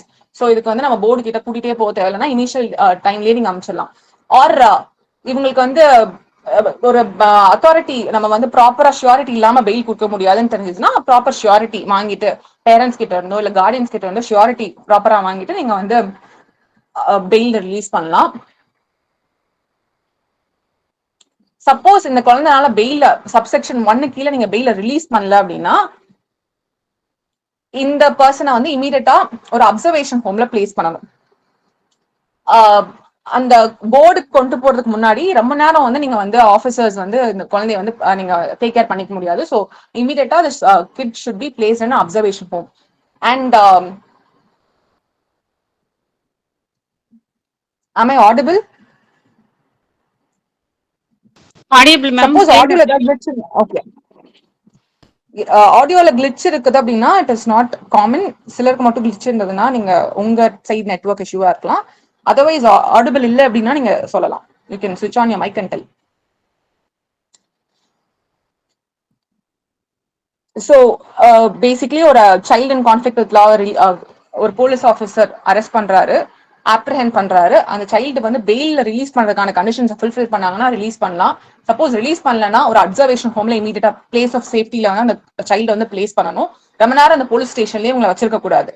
அண்ட் சப் கிளாஸ் 3 வாங்க, சப்போஸ் பெயில ரிலீஸ் பண்ணல அப்படின்னா இமீடியட்டா ஒரு அப்சர்வேஷன் ஹோம்ல பிளேஸ் பண்றீங்க. And during the pendency of the inquiry, initial inquiry conduct பண்ணி முடியற வரைக்கும் அவங்க அந்த அப்சர்வேஷன் ஹோம்ல வச்சிருக்கணும் அப்படின்னு சொல்றாங்க. பெயில் கண்டிஷன்ஸ் எல்லாமே ஃபுல்ஃபில் பண்றாங்க, ஒரு பெயில் கண்டிஷன்ஸ் கொடுத்து ரிலீஸ் பண்றாங்க. Within 7 days of the bail order அவங்க அந்த பெயில் கண்டிஷன்ஸை வந்து ஃபுல்ஃபில் பண்ண முடியல அப்படின்னா அகைன் அந்த சைல்டை நீங்க அப்ரஹெண்ட் பண்ணி போர்டு முன்னாடி பிரசென்ட் பண்ணணும். ஒரு கண்டிஷன்ஸ் கொடுத்து விடும்போது அந்த கண்டிஷனை வந்து 7 days உங்களால ஃபுல்ஃபில் பண்ண முடியல, you can the child has to be produced before the board. Section 13 வாங்க, information to parents, guardian and probation officer. நார்மலா ஒருத்தர் அஃபென்ஸ் பண்ணும்போது எப்படி அவங்க ஃபேமிலிக்கு இன்ஃபார்ம் பண்றோமோ அதே மாதிரி சைல்டு இன் கான்ஃபிளிக்ட் வித் லாவை வந்து ஒரு சைல்டு வெல்ஃபேர் போலீஸ் ஆஃபீஸர் இல்ல போலீஸ் யூனிட் வந்து அவங்களை ஆப்ரஹெண்ட் பண்ணிட்டு ஒரு போர்டு கிட்ட கொண்டு வராங்க. இல்ல ஆப்ரஹெண்ட் பண்ண உடனே அவங்க என்ன பண்ணணும்னா அவங்க பேரண்ட்ஸ் கார்டியன் அவங்களால கண்டுபிடிக்க முடிஞ்சதுன்னா அவங்களுக்கு இமீடியட்டா இந்த போர்டு கிட்ட நீங்க வந்துருங்க, இந்த சைல்டு நாங்க போர்டுல ப்ரொடியூஸ் பண்ணிடுவோம் அப்படின்ற இன்ஃபர்மேஷன் கொடுத்துடணும். சப்போஸ் அவங்களால வந்து பேரண்ட்ஸ் ஆர் கார்டியன்ஸை ட்ரேஸ் பண்ண முடியலன்னா அதுக்குன்னு ஸ்பெஷல் ஆஃபீஸர்ஸ் அப்பாயிண்ட் பண்ணி அவங்களை ட்ரேஸ் பண்றதுக்கான டியூட்டிஸும் அவங்களுக்கு இருக்கு. ஆல்சோ ப்ரொபேஷன் ஆஃபீஸர்னு ஒருத்தர் அப்பாயிண்ட் பண்ணணும். சப்போஸ் ப்ரொபேஷன் ஆஃபீஸரே இல்லை அப்படின்னா சைல்டு வெல்ஃபேர் ஆஃபீஸர் அந்த அந்த ஹோல் ப்ராசஸ் வந்து டேக் கேர் பண்ணிப்பாரு. சப்போஸ் சைல்டு போர்டுனால வந்து அந்த சைல்டு ப்ரொபேஷன் ஆஃபீஸரோ இல்லை சைல்டு வெல்ஃபேர் ஆஃபீஸரோ இனிஷியலா அந்த சைல்டை வந்து அப்ரஹெண்ட் பண்ணோடனே அந்த சைல்டை பெயில ரிலீஸ் பண்றாங்கன்னா அந்த இன்ஃபர்மேஷனை நீங்க போர்டுல கொடுத்துடணும். ஸோ ஏர்லியர் செக்ஷன் நம்ம பார்த்தோம் ஆன் கண்டிஷன் வித்வுட் ஷூரிட்டிஸ் நீங்க என்ன பண்ணலாம், அந்த சைல்டை வந்து ரொம்ப பெட்டி அஃபென்ஸ்ல நீங்க ரிலீஸ் பண்ணலாம் பெயில. ஸோ அந்த மாதிரி பெயில் ரிலீஸ் பண்ணும்போது கூட நீங்க அந்த இன்ஃபர்மேஷன்ஸ் வந்து ப்ராப்பரா போர்டுக்கு டிரான்ஸ்ஃபர் பண்ணிடணும். That is given in section 13. Section 14, inquiry by board regarding child in conflict with law. இதெல்லாமே இந்த ப்ராசஸ் இனிஷியலா உங்களை பெயில ரிலீஸ் பண்ணல, நீங்க ப்ராப்பரா ஒரு அப்சர்வேஷன் ஹோம்ல வச்சிருக்கீங்க, அதுக்கப்புறம் வந்து 24 hours ஒரு போர்டு கிட்ட பிரசென்ட் பண்றீங்க, அவங்க பேரண்ட்ஸ்க்கு இன்ஃபார்ம் பண்ணிடுறீங்க, இந்த ப்ராசஸ் எல்லாம் முடிஞ்சிருச்சு. இப்போ இவங்க இந்த போர்டு வந்து டிசைட் பண்ணும் இந்த சைல்டு இந்த அஃபென்ஸை பண்ணாங்களா பண்ணலையா. அப்படியே சப்போஸ் இந்த சைல்டு இந்த அஃபென்ஸை வந்து பண்ணியிருந்தாங்க அப்படின்னா இவங்களுக்கு எவ்வளவு பனிஷ்மெண்ட்ஸ் கொடுக்கணும். ஸோ இதெல்லாம் வந்து போர்டு வந்து டிசைட் பண்ணும். ஸோ அந்த கேஸ்ல அவங்க வந்து இன்கொயரி கண்டக்ட் பண்ற ப்ரொசீஜர் தான் செக்ஷன் 14. as soon as இந்த சைல்டு வந்து போர்டுல நீங்க ப்ரொடியூஸ் பண்ணோடனே போர்டு வந்து அவங்களோட ப்ரொவிஷன்ஸ்க்கு மேண்டேட் பண்ண மாதிரி இன்கொயரியை ஸ்டார்ட் பண்ணிடுவாங்க. இன்கொயரி வந்து வித்தின் 4 months ஃபர்ஸ்ட் ப்ரொடியூஸ் பண்ண அந்த டேட்ல இருந்து 4 monthsக்குள்ள நீங்க முடிச்சாகணும். சப்போஸ் டைம் எக்ஸ்டெண்ட் பண்றீங்கன்னா மேக்ஸிமம் 2 months எக்ஸ்டெண்ட் பண்ணலாம், அதுக்கு மேல நீங்க எக்ஸ்டெண்ட் பண்ணக்கூடாது. அதுவுமே ஸ்பெஷல் ரீசன்ஸ் இருக்கு, அந்த ரீசன்ஸ் எல்லாத்தையும் நீங்க ரைட்டிங்ல கொடுத்துட்டு எக்ஸ்டெண்ட் பண்ணிக்கலாம். ஸ்பெஷல் சர்க்கம்ஸ்டன்ஸ்ல நீங்க மேக்ஸிமம் 2 months எக்ஸ்டெண்ட் பண்ணிக்கலாம். ஸோ 4 + 2 months மேக்ஸிமம் 6 monthsல அந்த இன்கொயரி ப்ரொசீஜர்ஸ் கம்ப்ளீட்டா முடிஞ்சிடும். அதுவே ஆல்ரெடி நம்ம சொன்னோம், இந்த அமெண்ட்மெண்ட் வந்து different type of offence classify பண்ணி வச்சு அதுல ஹீனியஸ்ன்ற ஒரு கேட்டகரியில 2 டிஃப்ரெண்ட் சைல்டு வந்து 2ஆ பிரிக்கிறாங்க. பிலோ 16 அண்ட் above 16 பிரிக்கிறாங்க. சோ அந்த above 16 வந்து அந்த நேச்சர் அண்ட் கான்சிக்வன்சஸ் புரிஞ்சு அந்த அஃபென்ஸ் பண்ணியிருந்தாங்கன்னா அவங்களுக்கு ஒரு மாதிரியான ப்ரொசீஜர்ஸ் தனியா இருக்கு அப்படின்னு நம்ம பார்த்தோம். சோ அந்த இனிஷியலா அந்த 17 yearsல ஒருத்தர் அஃபென்ஸ் பண்றாரு அண்ட் அந்த அஃபென்ஸ் வந்து மோர் தென் 7 years பனிஷ்மெண்ட் அட்ராக்ட் பண்ணுது. அப்போ அது ஹீனியஸ் அஃபென்ஸ் நம்ம கண்டுபிடிச்சதுக்கு அப்புறம் பிரிலிமினரி அசஸ்மெண்ட் ஒன்று நடக்கும். செக்ஷன் 15ல கொடுத்த மாதிரி ஒரு பிரிலிமினரி அசஸ்மெண்ட் நடக்கும். அந்த preliminary assessment has to be completed within the period of 3 months. So first ப்ரொடக்ஷன்ல இருந்து 3 monthsக்குள்ள பிரிலிமினரி அசஸ்மெண்ட் பண்ணி இவங்களை சைல்டா ட்ரீட் பண்ணணுமா இல்ல அடல்ட்டா ட்ரீட் பண்ணணுமா அவங்க வந்து டிசைட் பண்ணுவாங்க. சோ பெட்டி அஃபென்சஸ் ரொம்ப less than 3 years punishment attract பண்ற அஃபென்சஸ் அவங்க பண்ணியிருந்தாங்க அப்படின்னா பெட்டி அஃபென்சஸ் நம்ம கிளாஸிஃபை பண்றோம்ல இந்த ஆக்ட் கீழ. சோ அந்த பெட்டி அஃபென்சஸ் கமிட் பண்ண ஒரு குழந்தைய வந்து 6 months அவங்க எக்ஸ்டென்ட்லாம் டைம் பண்ணிட்டு கூட அவங்களால அவங்க இன்கொயரி கண்டக்ட் பண்ண முடியலன்னா இந்த ப்ரொசீடிங் ஷெல் ஸ்டாண்ட் டெர்மினேட்டட்னு சப் கிளாஸ் 4ல சொல்றாங்க. இந்த ப்ரொசீடிங் வந்து நீங்க டெர்மினேட் பண்ணிடணும். ஒரு petty offences less than 3 years punishment attract பண்ற ஒரு அஃபென்ஸ்க்கு 4 + 2 months உங்களால வந்து இன்கொயரி முடிக்க முடியல அப்படின்னா the proceedings has to be terminated. Also during the proceedings இவங்க வந்து ஃபேர் ஸ்பீடி இன்கொயரி எல்லாம் வந்து எல்லாத்தையும் ரொம்ப ஃபாஸ்டா நடத்தணும், ஃபேரா நடத்தணும், principle of natural justice and இவங்களுக்கு கொடுத்துருக்க எல்லா பிரின்சிபல்ஸையும் ஃபாலோ பண்ணி நடத்தணும். இந்த மாதிரியான ஸ்டெப்ஸ் எல்லாம் இவங்க என்ஷூர் பண்ணணும்னு போர்டுக்கு அவங்க மேண்டேட் பண்றாங்க. First board has to satisfy that the person child in conflict with law எந்த போலீஸ் வந்து எந்த இல் ட்ரீட்மெண்ட் அவங்களுக்கு கொடுக்கல, இல்ல ஜுவனல் யூனிட் ஆர் அப்சர்வேஷன் ஹோம்ல பிளேஸ் பண்றாங்க, யாருமே அவங்களுக்கு எந்த இல் ட்ரீட்மெண்ட்டும் கொடுக்கல அப்படின்றத என்ஷூர் பண்ணணும். ஆல்சோ இந்த ப்ரொசீடிங்ஸ் எல்லாம் இந்த சைல்டு வச்சு நடத்துறதுனால ரொம்ப சிம்பிளரான ப்ரொசீடிங்ஸ் இருக்கணும், ரொம்ப காம்ப்ளிகேட்டட் ப்ரொசீடிங்கா இருக்கக்கூடாது, சைல்ட் ஃப்ரெண்ட்லி அட்மாஸ்பியர்ல நடத்தணும், எல்லா சைல்டுக்கும் ஆப்பர்ச்சுனிட்டி ஆஃப் பீங் ஹியர்ட் கொடுக்கணும். பெட்டி அஃபென்சஸ் வந்து நீங்க சிஆர்பிசில சம்மரி ப்ரொசீடிங்ஸ் மாதிரி டிஸ்போஸ் பண்ணிடலாம். சீரியஸ் அஃபென்சஸ் வந்து சம்மன்ஸ் கேஸ் சிஆர்பிசில உங்களுக்கு சம்மன்ஸ் கேஸ் ப்ரொசீஜர் இருக்குல்ல அந்த ப்ரொசீஜர்ல நீங்க டிஸ்போஸ் பண்ணணும்னு சொல்றாங்க. அண்ட் ஹீனியஸ் அஃபென்சஸ் வந்து சைல்டு பிலோ 16 years இருக்காங்க ஒரு ஹீனியஸ் அஃபென்ஸ் பண்றாங்க அப்படின்னா சம்மன்ஸ் கேஸ் மாதிரி டிஸ்போஸ் பண்ணணும். அதுவே சைல்டு அபவ் 16 years இருக்கும்போது நீங்க வந்து செக்ஷன் 15ல உங்களுக்கு எப்படி டீல் பண்ணணும்னு ஒரு ஸ்பெஷல் ப்ரொவிஷன் கொடுத்துருக்காங்க. அது பேஸ் பண்ணி நீங்க அந்த ப்ரொசீஜர் வந்து கண்டக்ட் பண்ணணும்னு சொல்றாங்க. சோ பிலோ 16 years இருக்கும்போது சம்மன்ஸ் கேஸ் மாதிரி டீல் பண்ணுங்க, அபவ் 16னா நீங்க செக்ஷன் 15ல இருக்கிற ப்ரொசீஜரை ஃபாலோ பண்ணுங்கன்னு சொல்றாங்க. So coming to section 15, preliminary assessment into heinous offense by board. So in case of heinous offense, an offense which attract more than 7 years punishment, அது வந்து ஒரு child commit பண்ற பட்சத்துல and if he is above 16 years, இந்த board வந்து ஒரு preliminary assessment நடத்தணும் considering the mental and physical capacity of the child. இந்த சைல்டு இந்த கான்சிக்வன்ஸ் அண்டர்ஸ்டாண்ட் பண்ணாங்களா, இந்த அஃபென்ஸ் பண்ணோம்னா இந்த பனிஷ்மெண்ட் நம்ம கொடுப்பாங்க, இந்த அஃபென்ஸ் இவ்வளவு குரூவலான அஃபென்ஸ், இந்த அஃபென்ஸோட நேச்சர் கான்சிக்வன்ஸ் எல்லாமே புரிஞ்சுதான் அந்த சைல்டு பண்றாங்களா அப்படின்ற அசஸ்மெண்ட் இனிஷியலா நடத்தணும். போர்டு வந்து in case of heinous offence more than 16 years இருக்கும்போது இந்த பிரிலிமினரி அசஸ்மெண்ட் நடத்தணும். அண்ட் இவங்க வந்து செக்ஷன் 18 சப் கிளாஸ் 3ல கொடுத்த மாதிரி ஆர்டர்ஸ் வந்து இங்க பாஸ் பண்ணலாம் ஆஃப்டர் தி அசஸ்மெண்ட். இந்த அசஸ்மெண்ட் நடத்தும் போது இந்த போர்ட்ல வந்து ஜஸ்ட் இந்த போர்ட் மெம்பர்ஸ் மட்டும் இல்லாம சைக்காலஜிஸ்ட் தேவைப்பட்டுச்சுன்னா சைக்காலஜிஸ்ட் இல்லைன்னா வேற ஏதாவது எக்ஸ்பர்ட்ஸ் தேவைப்பட்டுச்சுன்னா மென்டல் ஹெல்த் ரிலேட்டட் எக்ஸ்பர்ட்ஸ் வந்து இவங்க வந்து அசஸ் பண்றதுக்கு யூஸ் பண்ணிக்கலாம். இந்த பிரிலிமினரி என்கொயரி, இந்த பிரிலிமினரி அசஸ்மெண்ட் இந்த சைல்டா டீல் பண்ணணுமா இல்ல அடல்ட்டா ட்ரையல் பண்ணலாமா, இந்த அசஸ்மெண்ட் நடத்துறத வந்து நீங்க ட்ரையல் மாதிரி ட்ரையல்னு கன்சிடர் பண்ணக்கூடாது. So that is given explanationல. It is clarified that the preliminary assessment is not trial, but it is to assess the capacity of the child to commit and understand the consequence of the alleged offense. So that is not the trial. அந்த 4 + 6 months 2 months இருக்கு இல்லையா, totally இந்த 6 months அந்த trial பீரியட்ல இது வராது. Suppose after conducting the preliminary assessment, if board is satisfied, in the case should be disposed in the manner that is given in CR summons case கீழ below 16 ஆவே உங்களுக்கு கன்சிடர் பண்ணலாம், இந்த ஆக்ட் கீழ உங்களுக்கு சைல்டாவே கன்சிடர் பண்ணலாம் அப்படின்னு நினைச்சாங்கன்னா உங்க சம்மன்ஸ் கேஸ் சிஆர்பிஸ்ல சம்மன்ஸ் கேஸ்க்கு ஒரு ட்ரையல் ப்ரொசீடிங்ஸ் கொடுத்துருக்காங்கல்ல, அந்த ப்ரொசீஜர்ல உங்க டிஸ்போஸ் பண்ணலாம். அதுவே இவங்க இல்ல இவங்க அடல்ட்டா ட்ரீட் பண்ணணும் அப்படின்னு முடிவு பண்ணிட்டாங்கன்னா ப்ரொசீடிங்ஸ் டிஃபர் ஆகுது. அண்ட் அப்பீல் இருந்தது அப்படின்னா செக்ஷன் 101 சப்கிளாஸ் 2ல அப்பீலிங் ப்ரொசீஜர் போனா அந்த மாதிரி டிஸ்போஸ் பண்ணணும். Section 16 review of pendency of inquiry. Chief Judicial Magistrate or Chief Metropolitan Magistrate once in every 3 months quarterly basisல இவங்களோட ப்ரொசீடிங்ஸ் எவ்வளவு கேசஸ் வந்திருக்கு, எவ்வளவு பெண்டன்சி இருக்கு, எவ்வளவு கேஸ் டிஸ்போஸ் பண்ணிருக்காங்க, இதோட ரிப்போர்ட்ஸ் எல்லாத்தையுமே ப்ராப்பரா இவங்க ரெவ்யூ பண்ணணும்.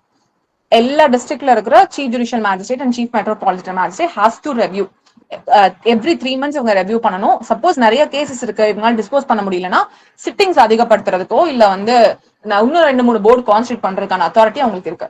சோ தேவையா இருந்துச்சுன்னா அடிஷனல் போர்டு இல்லைன்னா நம்பர் ஆஃப் சிட்டிங்ஸ் அதிகப்படுத்தணும்னா அதிகப்படுத்தலாம்.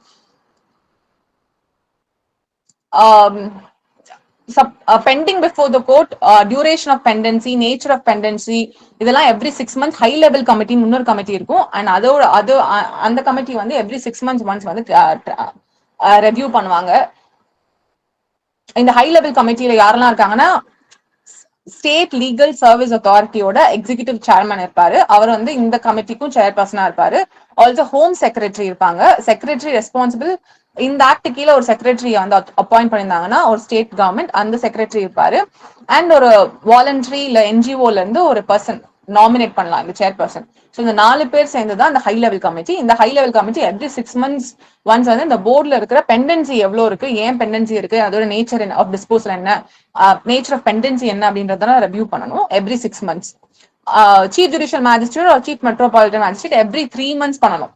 இவங்க high level committee every 6 months once review கண்டிப்பா பண்ணணும். இந்த பெண்டன்சி ரிப்போர்ட் இருக்கு இல்லையா, இந்த board on a quarterly basis has to file to the chief metropolitan magistrate or chief judicial magistrate. State government என்ன ஃபார்ம்ல கேக்குறாங்களோ, இவ்வளவு கேசஸ் எங்களுக்கு ஜனவரில இருந்து மார்ச் வரைக்கும் வந்தது அண்ட் இவ்வளவு கேஸ் நாங்க டிஸ்போஸ் பண்ணிருக்கோம், இதெல்லாம் கரெக்டா ரிப்போர்ட்டும் இவங்க சப்மிட் பண்ணணும். அதை பேஸ் பண்ணி தான் இவங்க இன்கொயரி அந்த ரெவ்யூவே அந்த ஃபுல் ரெவ்யூ ப்ராசஸே நடக்கும். District magistrate has to ensure இந்த ப்ரொசீடிங்ஸ் எல்லாமே இந்த போர்டு கீழே நடக்கிற எல்லா ப்ரொசீடிங்ஸுமே பெஸ்ட் இன்ட்ரெஸ்ட் ஆஃப் சைல்டுக்கு தான் நடக்குது அப்படின்றத என்ஷூர் பண்ணிக்கணும். சப்போஸ் அது கொஞ்சம் மாறா இருந்ததுன்னா அதுக்கான ஆக்ஷன்ஸ் டேக்கிங் அத்தாரிட்டி உங்களுக்கு கொடுத்துருக்காங்க. Section 17 orders regarding a child not found to be in conflict with law. A child has committed an offense அப்படின்னு சொல்லிட்டு ஒரு போலீஸ் ஆஃபீஸர் அந்த சைல்டை ஆப்ரிஹெண்ட் பண்ணி ஒரு போர்டு கிட்ட கொண்டு வந்துட்டாங்க. அந்த போர்டு போலீஸ் ஆஃபீஸர் பெயில் கொடுக்கல. இனிஷியலா அரெஸ்ட் பண்ண போலீஸ் ஆஃபீஸர் கண்டிஷனல் பெயிலோ இல்ல ஆன் வித்வுட் ஷூரிட்டிஸோ எந்த பெயிலும் கொடுக்கல. அவர் அந்த அஃபென்ஸ் ஆமா திஸ் இஸ் நாட் பெட்டி, திஸ் இஸ் கைண்ட் ஆஃப் சீரியஸ்னு சொல்லிட்டு இந்த அஃபென்ஸ் கண்டிப்பா போர்டு தான் ட்ரையல் பண்ணணும்னு சொல்லிட்டு போர்டு கீழே கொண்டு வந்துறாங்க. போர்டு ஆஃப்டர் கண்டக்டிங் என்கொயரி அந்த during the process of enquiry இல்ல எல்லாம் முடிச்சதுக்கு அப்புறம் has found that the child has not committed the offence. அந்த மாதிரி கேசஸ்ல போர்டு என்ன மாதிரியான ஆர்டர்ஸ் பாஸ் பண்ணணுமோ, நார்மலா அந்த சைல்டு ரிலீஸ் பண்றதுக்கு என்னெல்லாம் ஆர்டர்ஸ் தேவைப்படுதோ அந்த ஆர்டர்ஸ் பாஸ் பண்ணலாம். இன்கேஸ் அந்த சைல்டு ஏதாவது ட்ராமாலாம் சஃபர் பண்ணியிருந்தாங்கன்னா அதுக்கான ப்ராப்பரான ட்ரீட்மெண்ட்ஸ் அது கொடுக்கறதுனால அந்த போர்டு அதுக்கு தேவையான ஆர்டர்ஸ் பாஸ் பண்ணலாம். இல்ல ஏதாவது காம்பன்சேஷன் கொடுக்கறதுனாலும் காம்பன்சேஷன் கொடுக்கறதுக்கான அத்தாரிட்டியும் உங்களுக்கு இருக்கு. அதுவே அந்த child need of care and protection, இவங்களுக்கு மென்டலி ரொம்ப ட்ராமா இருக்கு, ஸோ ப்ராப்பரான கேர் கொடுக்கணும். கமிட்டி கிட்ட ஃபார்வர்ட் பண்ணி கமிட்டி அவங்களுக்கு அப்ராப்ரியேட் டைரக்ஷன்ஸ் கொடுத்து அவங்கள ஒரு ஷெல்டர்ஸ்ல பிளேஸ் பண்ணி அவங்களுக்கு தேவையான மெடிக்கல் கேர்ஸ் எல்லாமே கொடுக்கலாம். ஸோ இன்கேஸ் அந்த சைல்டு அஃபென்ஸ் பண்ணல அப்படின்னா நெசசரி ஆர்டர்ஸ் அவங்க பாஸ் பண்ணிக்கலாம். Section 18 orders regarding child found to be in conflict with law. After enquiry அவங்க கண்டுபிடிக்கிறாங்க இந்த child has committed an offence, இவங்க கான்ஃபிளிக்ட் வித் லா, கண்டிப்பா they have done something which is conflict with law அப்படின்ற பட்சத்துல irrespective of age அவங்க petty offenses, serious offense or child below 16ல ஒரு heinous offense பண்ணியிருந்தாங்க அப்படின்னா இனிஷியலான இந்த above 16ல இருக்க ஹீனியஸ் அஃபென்ஸ் மட்டும் தான் நீங்க preliminary assessment கொடுப்பீங்க. below 16ல இருக்க ஹீனியஸ் அஃபென்ஸ் வந்து நீங்க நார்மலா சம்மன்ஸ் ப்ரொசீஜர்ல தான் வந்து நீங்க ட்ரீட் பண்றீங்க. சோ அந்த மூணையுமே ஒரே கேட்டகரியில இங்க பிளேஸ் பண்றாங்க. petty offense, serious offense, below 16 heinous offense. இதெல்லாம் பண்ணியிருந்தாங்க அப்படின்னா based on the nature of the offense ப்ராப்பரான சூப்பர்விஷன் அண்ட் இன்டர்வென்ஷன் கொடுத்து இந்த சைல்டோட பாஸ் கான்டக்ட் எல்லாத்தையுமே நீங்க ப்ராப்பரா கிளியர் பண்ணிட்டு இந்த கோர்ட் வந்து கீழே இருக்கிற ஃபாலோயிங் ஆர்டர்ஸ் வந்து பாஸ் பண்ணலாம். ஃபர்ஸ்ட் இந்த சைல்டு என்ன பண்ணலாம் அப்படின்னா, தேவையில்லை இந்த சைல்டு வந்து ஒரு ரீஹாபிலிட்டேஷன் சென்டருக்கு போக தேவையில்லை அப்படின்னா இந்த சைல்டை வந்து அட்வைஸ் பண்ணிட்டு வீட்டுக்கு மட்டும் அனுப்பிச்சு விட்டுறலாம். ப்ராப்பரா என்கொயரி பண்ணிட்டு பேரண்ட்ஸ்க்கு கவுன்சிலிங் எல்லாம் கொடுத்துட்டு இந்த சைல்டு ஒழுங்கா பாத்துக்கோங்கன்னு சொல்லிட்டு அட்வைஸ் பண்ணிட்டு வீட்டுக்கு அனுப்பிச்சிடலாம். இல்ல இந்த சைல்டு வந்து கொஞ்சம் கொஞ்சம் ரீஹாபிலிட்டேட் பண்ணணும் அப்படின்னா குரூப் கவுன்சிலிங் இல்ல ஏதாவது ஆக்டிவிட்டிஸ்ல இன்டல்ஜ் பண்றதுக்கான ஆர்டர்ஸும் கொடுக்கலாம். கம்யூனிட்டி சர்வீஸ் பெர்ஃபார்ம் பண்றது இல்ல என்ஜிஓல போய் இவங்க ஒர்க் பண்றது இந்த மாதிரியான ஆர்டர்ஸ் கொடுக்கலாம். பேரண்ட்ஸ் கார்டியன்ஸை வந்து ஃபைன் பே பண்றதுக்கான ஆர்டர்ஸ் கொடுக்கலாம். Provided that in case child is working, labour law வயலேஷனா இந்த சைல்டு ஒர்க் பண்ணிட்டு இருந்தாங்க அப்படின்னா லேபர் லா வயலேட் பண்ணிட்டு இந்த சைல்டு ஒர்க் ஸ்பேஸ்ல இருந்து கூட்டு வராங்க, இந்த சைல்டு வந்து ஒர்க் பண்ணிட்டு இருக்காங்க, அது லேபர் லா வயலேஷன்ல இல்லாம இருந்ததுன்னா விட்டுறலாம். லேபர் லா வயலேஷன்ல இருந்ததுன்னா அதுக்கும் நீங்க நெசசரி ஆக்ஷன்ஸ் எடுத்துடணும். அண்ட் இந்த சைல்டு வந்து நீங்க வந்து ஆப்ரிஹெண்ட் பண்ணதுக்கு அப்புறம் ஆஃப்டர் இன்கொயரி ஆர் ஃபைண்டிங் அந்த சைல்டு குட் கான்டக்ட்ல நீங்க ரிலீஸ் பண்ணணும். நார்மல் பர்சன் கிட்ட எப்படி நீங்க குட் கான்டக்ட்ல ரிலீஸ் பண்றீங்களோ குட் கான்டக்ட்ல ரிலீஸ் பண்ணி ஒரு ஃபிட் பர்சன் கிட்ட விடலாம். ப்ராப்பரா அந்த சீர்திருத்த பள்ளியில வைக்கணும்னு அவசியம் இல்லை. ஒரு கார்டியன் கிட்டயோ இல்ல ஒரு ஃபிட் பர்சன் கிட்டயோ நீங்க அந்த சைல்டு வைக்கிறதுக்கான அத்தாரிட்டி ஆர்டர்ஸும் பாஸ் பண்ணலாம். இவங்களோட குட் கான்டக்ட கன்சிடர் பண்ணி இவங்களை வந்து நாட் எக்ஸீடிங் 3 years அவங்கள வந்து ஒரு ஃபிட் ஃபெசிலிட்டி வந்து நீங்க பிளேஸ் பண்ணலாம். And special home not exceeding 3 years அவங்களை வந்து சீர்திருத்த பள்ளியில வைக்காம ஸ்பெஷல் ஹோம்ஸ்ல கொடுக்கலாம். அந்த ஹோம்ஸ் வந்து has to provide reformative service like எஜுகேஷனலா அவங்க ஸ்கில் டெவலப்மெண்ட்டுக்கு அவங்களுக்கு தெரப்பெட்டிக்கான ரீஃபார்மேட்டிவ் சர்வீசஸ் இந்த மாதிரி சர்வீசஸ் ப்ரொவைட் பண்ற ஸ்பெஷல் ஹோம்ஸ்ல வந்து அவங்க வந்து பிளேஸ் பண்ணலாம். அண்ட் இந்த சைல்டுக்கு வந்து தேவையான education, vocational training, therapeutic training, de addiction programme தேவைப்பட்டுச்சுன்னா அது கொடுக்கறது எல்லாத்தையுமே வந்து இவங்க ஆர்டர்ஸ் வந்து ஸ்பெசிஃபிக்கா மென்ஷன் பண்ணணும். ஆர்டர்ஸ் பாஸ் பண்ணும்போது இந்த சைல்டு இத்தனை வருஷம் வந்து சீர்திருத்த பள்ளியில இருக்கணும், அதுல வந்து ஃபர்ஸ்ட் 3 months இவங்க வந்து இன்னும் ஸ்பெஷலைஸ்ட் ஹோம்ல இருக்கலாம், பிகாஸ் அவங்க குட் கான்டக்ட் கன்சிடர் பண்ணி ஒரு ஸ்பெஷலைஸ்ட் ஹோம்ல வைக்கலாம். என்ஜிஓ ஆக்டிவிட்டிஸ்ல இன்வால்வ் பண்ணணும். ஸோ என்னெல்லாம் நீங்க தேவைப்படுதோ எல்லாமே டீடைலா அந்த ஆர்டர்ல இருக்கும். In case the child is found to be in conflict with லா.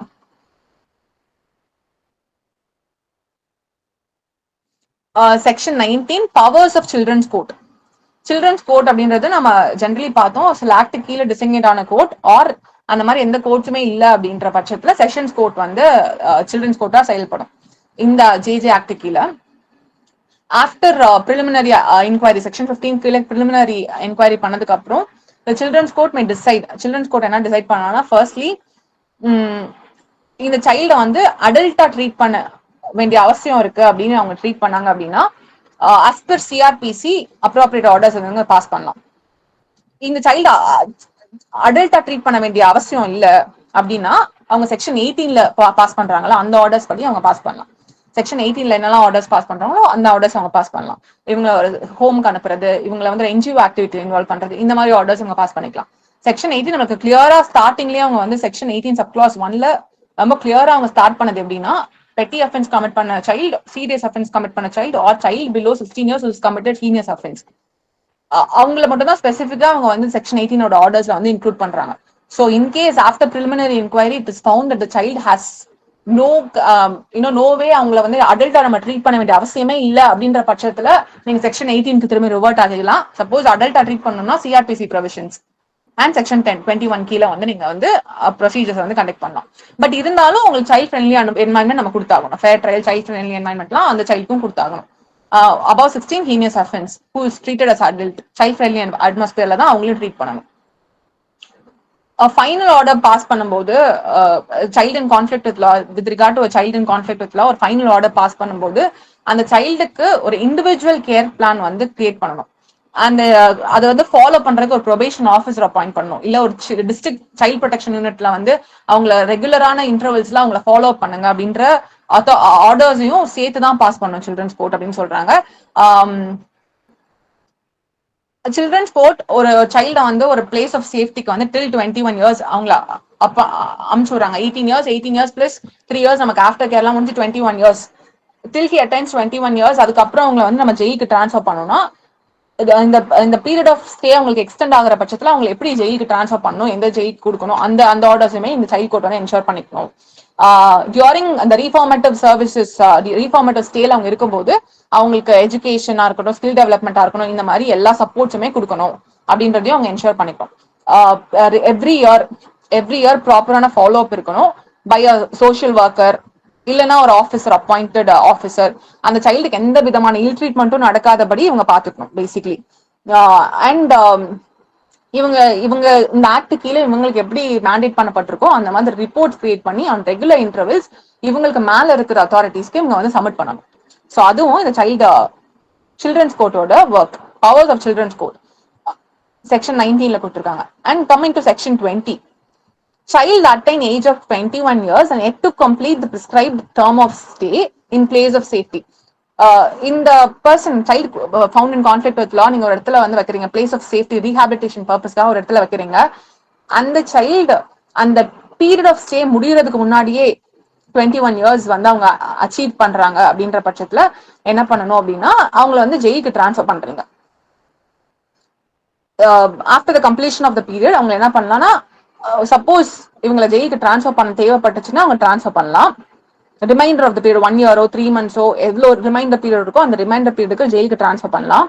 இல்ல ஜெயிலுக்கு டிரான்ஸ்ஃபர் பண்ண வேணாம், மேக்ஸிமமான டைம் வந்து இவங்க வந்து சேஃப்டி பிளேஸ் ஆஃப் சேஃப்டில அவங்க வந்து முடிச்சுட்டாங்க அப்படின்ற பட்சத்துல என்ன பண்ணலாம்னா ஆன் நெசசரி கண்டிஷன்ஸ் இவங்களை வந்து ரிலீஸும் பண்ணலாம். ஸோ அது வந்து authority is given to the children's court. So after 21 years இந்த சைல்டோட ஸ்டே கண்டினியூ ஆகிற பட்சத்துல two decisions they can take. Either they can release the person on condition, இல்லனா they can transfer the person to the jail. Remainder period முடிக்கிறதுக்கு ஜெயிலுக்கு transfer பண்ணலாம். Section 21, orders that may not be passed against a child in conflict with law. ஒரு child in conflict with law against என்னெல்லாம் orders pass பண்ணக்கூடாது, death sentence நீங்க கொடுக்க கூடாது, R imprisonment life imprisonment, எந்த பாசிபிலிட்டி ஆஃப் ரிலீஸும் இல்லாத மாதிரி ஒரு லைஃப் இம்ப்ரிசன்மெண்ட் கொடுக்க கூடாது. பெயில் வாங்க முடியாது, பாசிபிலிட்டி ஆஃப் ரிலீஸே இல்ல த்ரூ அவுட் லைஃப், அப்படியெல்லாம் நீங்க லைஃப் இம்ப்ரிசன்மெண்ட் கொடுக்க கூடாது அப்படின்னு செக்ஷன் 21ல சொல்றாங்க. Section 22, proceedings under chapter 8 of CRPC not to apply against the child. So section chapter 8ல நீங்க ஃபாலோ பண்ற ப்ரொசீஜர்ஸ் ப்ரொசீடிங்ஸ் எல்லாமே இந்த பர்சனுக்கு சைல்டுக்கு வந்து நீங்க அப்ளை பண்ணக்கூடாது அப்படின்னு சொல்றாங்க. அண்ட் செக்ஷன் 23, ஜாயிண்ட் ப்ரொசீடிங் சிஆர்பிசில 223ல நீங்க ஜாயிண்ட் ட்ரையல் சில பர்சனுக்கு வந்து நீங்க கண்டக்ட் பண்ணலாம். 3-4 பேர் ஒரே அஃபென்ஸ் இது பண்ணிருக்காங்க, ஒரே kind of offence, similar nature of offence, அவங்கள ஒன்னா ட்ரையல் பண்றதுக்கான ரைட்ஸ் வந்து அங்க இருக்கும், ப்ரொவிஷன்ஸ் அங்க இருக்குல்ல. அதை வந்து நீங்க இங்க இந்த சைல்டுக்கு வந்து நீங்க எடுக்கக்கூடாது. No joint proceedings of child in conflict with law and person not a child. ஒரு சைல்டு அண்ட் ஒரு பர்சன் நாட் அ சைல்டு இருக்காங்கன்னா ரெண்டு பேருக்கு தனித்தனி ப்ரொசீடிங்ஸ் தான் நடக்கணும். You cannot join the trial though the nature may be similar. Section 23ல கொடுத்திருக்காங்க. Section 24, removal of disqualification on the findings of offence. So ஒரு இந்த ஆக்ட் கீழே இந்த person the child in conflict with law should not suffer any disqualification. எந்த kind of டிஸ்குவாலிஃபிகேஷனுமே அவங்க suffer பண்ணக்கூடாதுன்னு சொல்றாங்க. செக்ஷன் 24. செக்ஷன் 25, பெண்டிங் கேசஸ்ல ஸ்பெஷல் ப்ரொவிஷன்.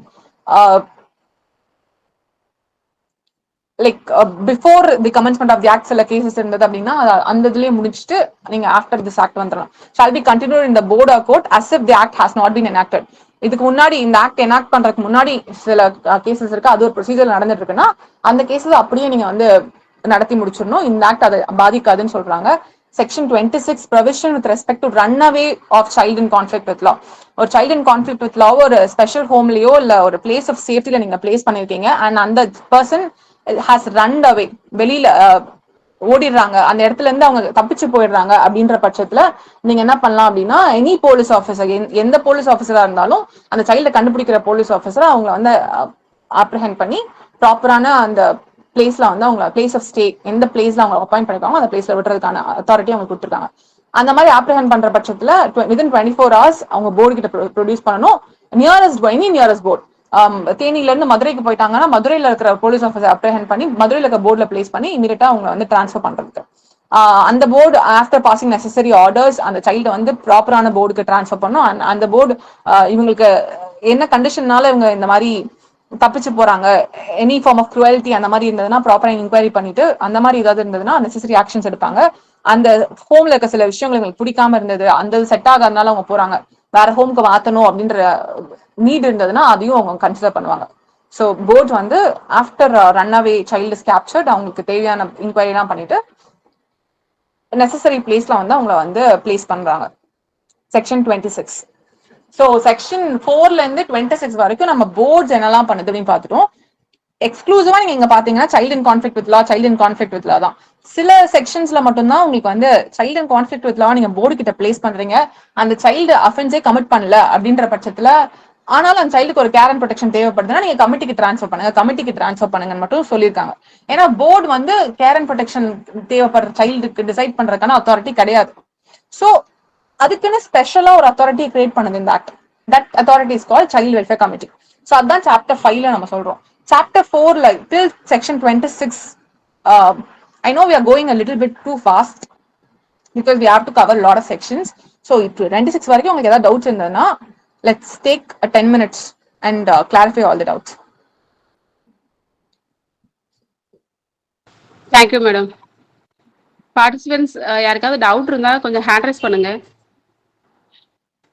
டவுட் கிளியர் பண்றதுக்காக ஜுவனல் ஜஸ்டிஸ் போர்டு மெம்பர்ஸ் இருக்காங்க, அவங்க டவுட்ஸ் கிளியர் பண்ணுவாங்க. ப்ராக்டிக்கலா டவுட்ஸ் இருந்தா கூட. சிவகுமார் சார் சொல்லுங்க சார்.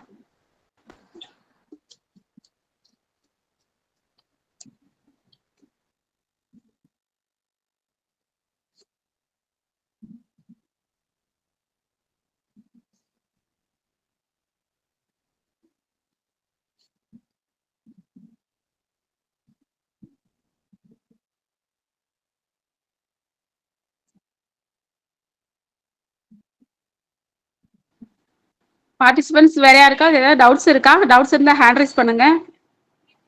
ப்ரொபேஷன் ஆபீசரும் இருக்காங்க, சைல்டு கமிட்டி மெம்பரும் இருக்காங்க. பாலா சார் சொல்லுங்க sir.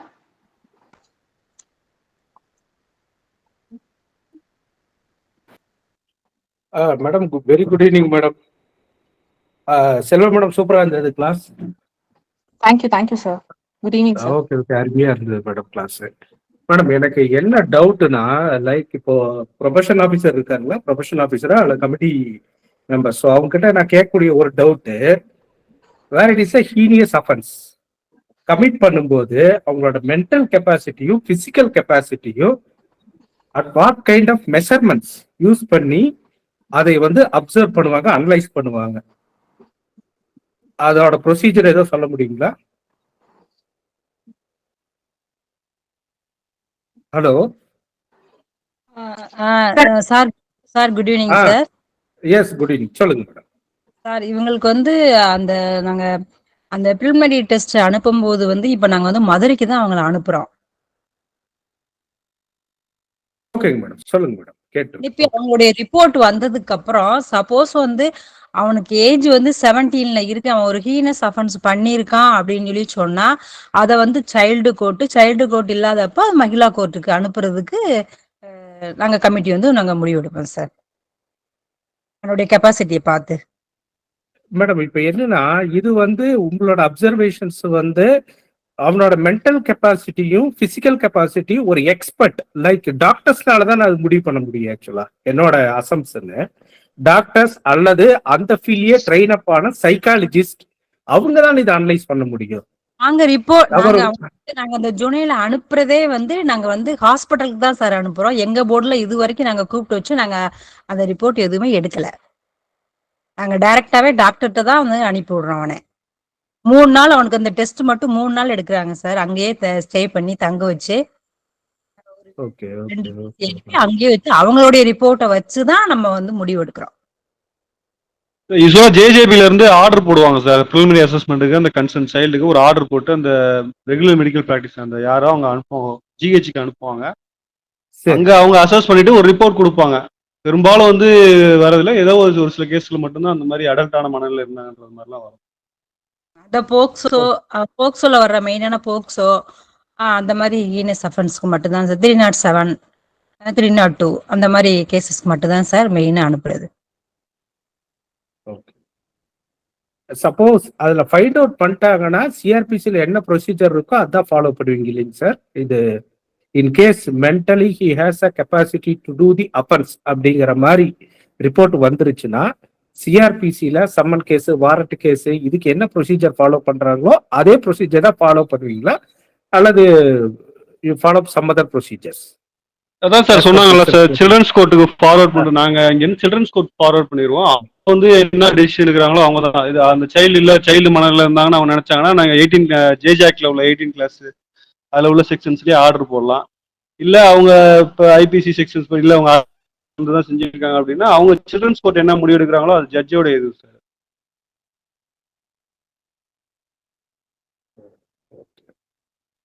Okay sir, thank you so much sir. Thank you sir. Okay, thank you sir. Thank you madam, thank you so much madam.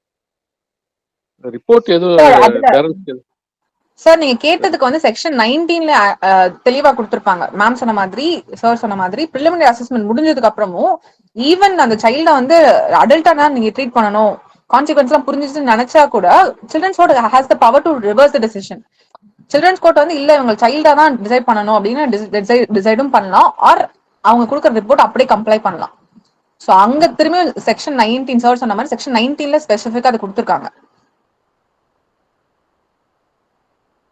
Report எதுவும் பேரண்ட்ஸ்க்கு எதுவும் சப்ளை பண்ணுவீங்களா? ரிப்போர்ட்டுங்களை வந்துட்டு பேரண்ட்ஸ் பார்க்கலாமா, லாயர் யாரும் பார்க்கலாமா சார் கொடுக்குற ரிப்போர்ட்டை? பார்க்கலாம் சார். அது அது வந்ததுக்கு அப்புறம் முதல்ல செக்யூரா தான் வரும். வந்ததுக்கு அப்புறம் கமிட்டி அதில் ஏதாவது டெசிஷன் எடுக்கிறாங்க அப்படின்னா நீங்க கண்டிப்பா பார்க்கலாம் சார். போர்டு எடுக்கிறாங்கன்னா நீங்க கண்டிப்பா பார்க்கலாம் சார். அது எப்படி மறைக்க முடியும்? Okay okay. பேரண்ட்ஸ் இல்லாத பட்சத்தில் வேற யார் சார் அதை வந்துட்டு பார்க்க முடியும்? அட்வொகேட்ஸ் பாத்துக்கலாம் சார். அவங்களுக்குள்ள அட்வொகேட்ஸ் பேரண்ட் அவனுடைய கையிலே ஒரு ரிப்போர்ட் கொடுக்கணும் சார். வந்ததுக்கு அப்புறம் சப்போஸ் நம்ம வந்து கோர்ட்டுக்கு வந்து இப்ப சில்ட்ரன்ஸ் கோர்ட்டுக்கோ மகிழா கோர்ட்டுக்கோ நம்ம டிரான்ஸ்ஃபர் பண்ணும்போது இந்த ரிப்போர்ட் கொடுத்துதான் நம்ம வந்து அவனை வந்து அவனுக்கு இன்ஃபார்ம் பண்ணி தான் நம்ம வந்து அவனுக்கு வந்து மாத்துறோம் அந்த கோர்ட்டுக்கு.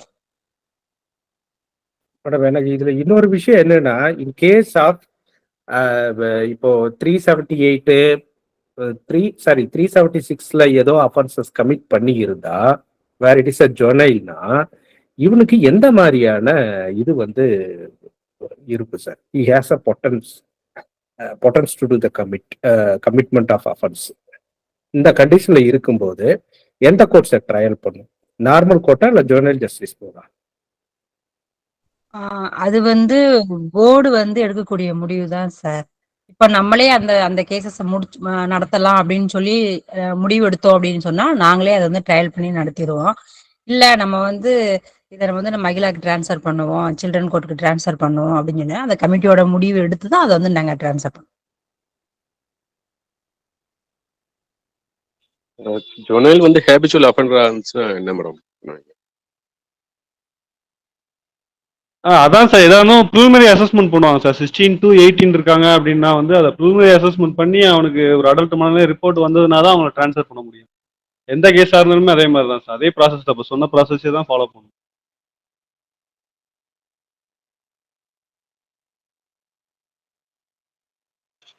சார் ஒரு சின்ன டவுட்டு. ஒரு சின்ன டவுட்டு. இந்த சைக்காலஜிக்கல் அசிஸ்டன்ஸ் இருக்கணும். இந்த நீங்க சொல்லியிருந்தீங்க ப்ரிலிமினரி அசஸ்மெண்ட்டுக்கு வந்து நம்ம வந்து மெடிக்கல் ஒப்பீனியன் வாங்குறோம்னு சொல்லி. ஸோ அது வந்து 2022 கூட ஒரு லேண்ட்மார்க் ஜட்மெண்ட்ல அந்த சைக்காலஜிக்கல் அசிஸ்டன்ஸ் வந்து மேண்டேட்டரின்னு கூட சொல்லியிருந்தாங்க திரும்ப. ஆனா ஒரு கிரிட்டிசிசம் இருக்குதுங்களேங்க சார், அது வந்து மெடிக்கல் ஒப்பீனியன் வாங்குறது இல்லை, சைக்காலஜிக்கல் இது கிடைக்கிறது இல்லை, ரிப்போர்ட் கிடைக்கிறது இல்லை அப்படின்ற மாதிரி சொல்றாங்களே, அது உண்மைதானுங்களா? இல்ல ஒரு ஜென்ரல் ப்ரொசீஜராகவே எப்பயுமே வந்து மென்டல் அண்ட் பிசிக்கல் கெப்பாசிட்டிஸ் வந்து, ஏன்னா national commission for protection of child rights வந்து இது சம்பந்தமா கோர்ட்டு கேட்டு அடிப்படையில் ஒரு கைட்லைன்ஸ் கூட ஃபார்முலேட் பண்ணியிருப்பாங்க, அது சரியா பின்பற்றாததுனால. ஸோ தமிழ்நாட்டில் இருக்கக்கூடிய ஜென்ரல் பிரின்சிபல் படி லைக் ஜென்ரலி இந்த மெடிக்கல் ஒப்பீனியன் ஒரு சைக்காலஜிக்கல் அந்த mental and physical capacity analyse பண்றாங்களா சார்? முன்னாடி எல்லா இதுலயுமே ரிப்போர்ட்ஸ்லாம் ரொம்ப லேட்டா தான் வந்திருக்கு. ஆனா இப்ப ரிப்போர்ட் கொடுத்த ஒரு 15 days 30 daysக்குள்ள எங்களுக்கு ரிப்போர்ட் உடனே வந்து அவங்க ரிட்டர்ன் அனுப்பி வச்சிடுறாங்க. அந்த ரிப்போர்ட் எல்லாம் எந்த லேட்டு அந்த மாதிரி எல்லாம் எதுவும் இல்லை. நம்ம உடனே ரிப்போர்ட் எல்லாம் வந்துருது. ஆனா முன்னாடி வந்து இந்த மாதிரி அஃபென்ஸ் எல்லாம் நடந்தா வந்து 3 மந்த்ஸ்க்குள்ளேயே வந்து அந்த ப்ரிலிமினரி அசஸ்மெண்ட் எல்லாம் எடுத்திருக்கணும். ஆனா இப்போ வந்து என்ன, இப்போ ஒரு ஆர்டர் பாஸ் பண்ணிருக்காங்களா சார், இப்போ இந்த ப்ரிலிமினரி அசஸ்மெண்ட் எப்பனாலும் எடுத்துக்கலாம், கேஸ் ட்ரையல் ஸ்டேஜ்ல இருந்து முடிகிறதுக்குள்ள எப்பனாலும் வந்து ப்ரிலிமினரி அசஸ்மெண்ட் எடுத்துக்கலாம் அப்படின்னு சொல்லிட்டு இப்போ ஒரு ஜட்ஜ்மெண்ட் பாஸ் பண்ணி. ஓ ஓகே மேம். அப்புறம் இன்னொரு டவுட் என்னன்னா, இந்த சில்ட்ரன்ஸ் கோர்ட்டுக்கும் இந்த அதிகாரம் இருக்கு ப்ரிலிமினரி அசஸ்மெண்ட் அந்த இது பாக்குறதுக்கான இது மேம் கூட சொல்லியிருந்தாங்க இந்த ரிவர்ஸ் பண்ணலாம்னு சொல்லிட்டு. ஆனா இப்ப ப்ராக்டிக்கலா இன்னொரு கிரிட்டிசிசம் என்ன சொல்றாங்கன்னா, என்ன மாதிரி வந்து போர்டு கிட்ட ரிப்போர்ட் வந்து அவங்க என்ன ஹெல்ப் பண்றாங்களோ, லைக் வந்து அடல்ட்டா ட்ரையல் பண்ணலாமா வேணாமான்னு சொல்லி சிசிஎலுக்கு ஹெல்ப் பண்றாங்களோ, அது மியர் அப்ரூவல் தான் வந்து சில்ட்ரன்ஸ் கோர்ட் பண்றாங்க. அவங்க வந்து செப்பரேட்டா அவங்களுடைய அது என்ன சொல்றது, அவங்களுடைய நாலேஜ் வந்து அதுல பயன்படுத்துறது இல்ல. என்ன வந்து அவங்களுக்கு வருதோ அதை மியர் அப்ரூவல் தான் பண்றாங்க, ஒரு மெக்கானிக்கல் மேனர்னு சொல்லி ஒரு கிரிட்டிசம்ஸ் வருது. ஸோ எந்த அளவுக்கு வந்து சில்ட்ரன்ஸ் கோர்ட் வந்து அவங்க செப்பரேட்டா இதை அனலைஸ் பண்ணி வேற ஏதாவது போர்டோடைய இதுல இருந்து மாறுபடுறாங்க டிசிஷன்ஸ்ல இருந்து ஜென்ரலா? சார் அவங்க வந்து நாங்க சில்ட்ரன் கோர்ட்டுக்கு அனுப்பிட்டோம் அப்படின்னா அவங்க அங்க சிஆர்பிசி தான் ஃபாலோ பண்ணுவாங்க, ஜேஜே ஆக்ட ஃபாலோ பண்ண மாட்டாங்க.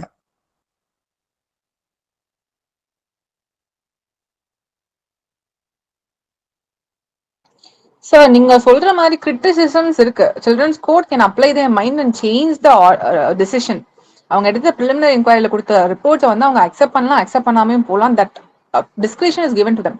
பட் எல்லாரும் அதை அவங்களோட ப்ராப்பரான மைண்ட் யூஸ் பண்றாங்களா அப்படின்ற criticism has always been there. Criticisms rule ஆக முடியாதுல்ல.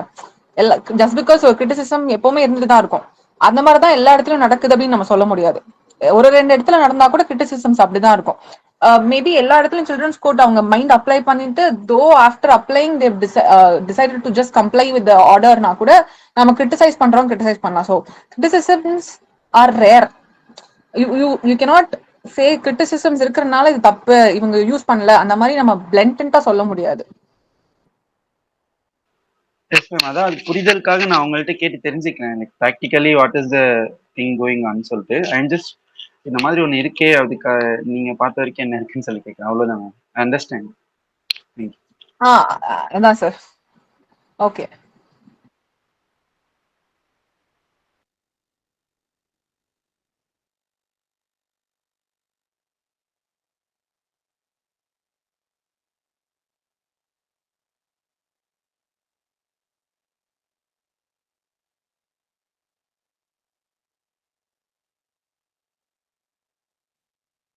பார்ட்டிசிபென்ட்ஸ் வேற யாருக்காவது வேற டவுட்ஸ் இருக்கா?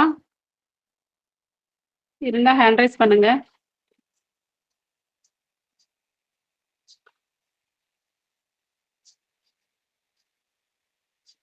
ப்ராக்டிக்கலா வந்துட்டு ஜொனல் ஜஸ்டிஸ் சம்பந்தமா ஏதாவது கொஸ்டின்ஸ் இருந்தா சொல்லுங்க.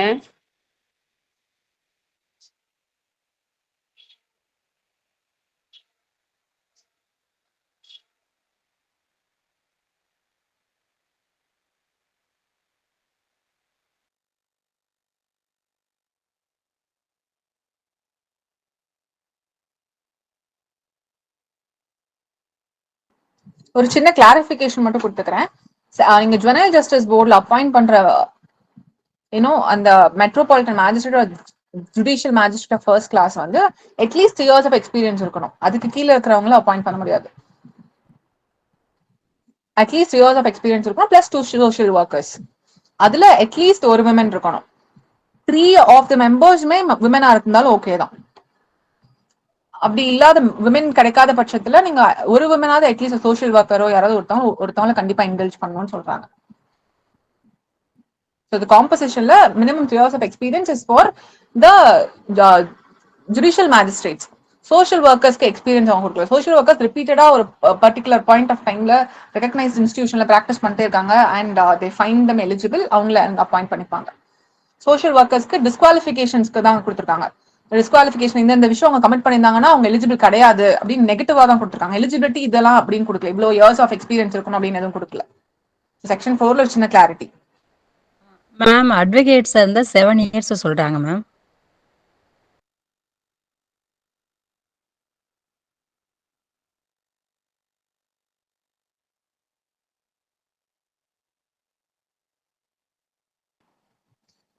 சோஷியல் ஒர்க்கர்ஸ் ஆர் சைக்காலஜி படிச்சிருக்காங்க, சைக்காட்ரி படிச்சிருக்காங்க, சோஷியாலஜி ஆர் லா கொடுத்தாங்க. Yeah, at least 7 years of practicing professional இருக்கணும். Yes, thank you so much for pointing that. Thank you ma'am. Okay, யாருக்கும் எதுவும் டவுட்ஸ் எதுவும் இல்லைன்னு நினைக்கிறேன் மேடம்.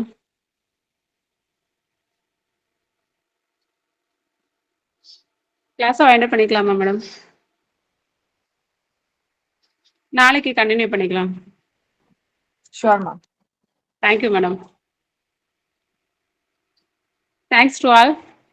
செஷன் வந்து நாளைக்கு கண்டினியூஷன் இருக்கு, நாளைக்கு பார்க்கலாம். Thanks to all. Thank you ma'am.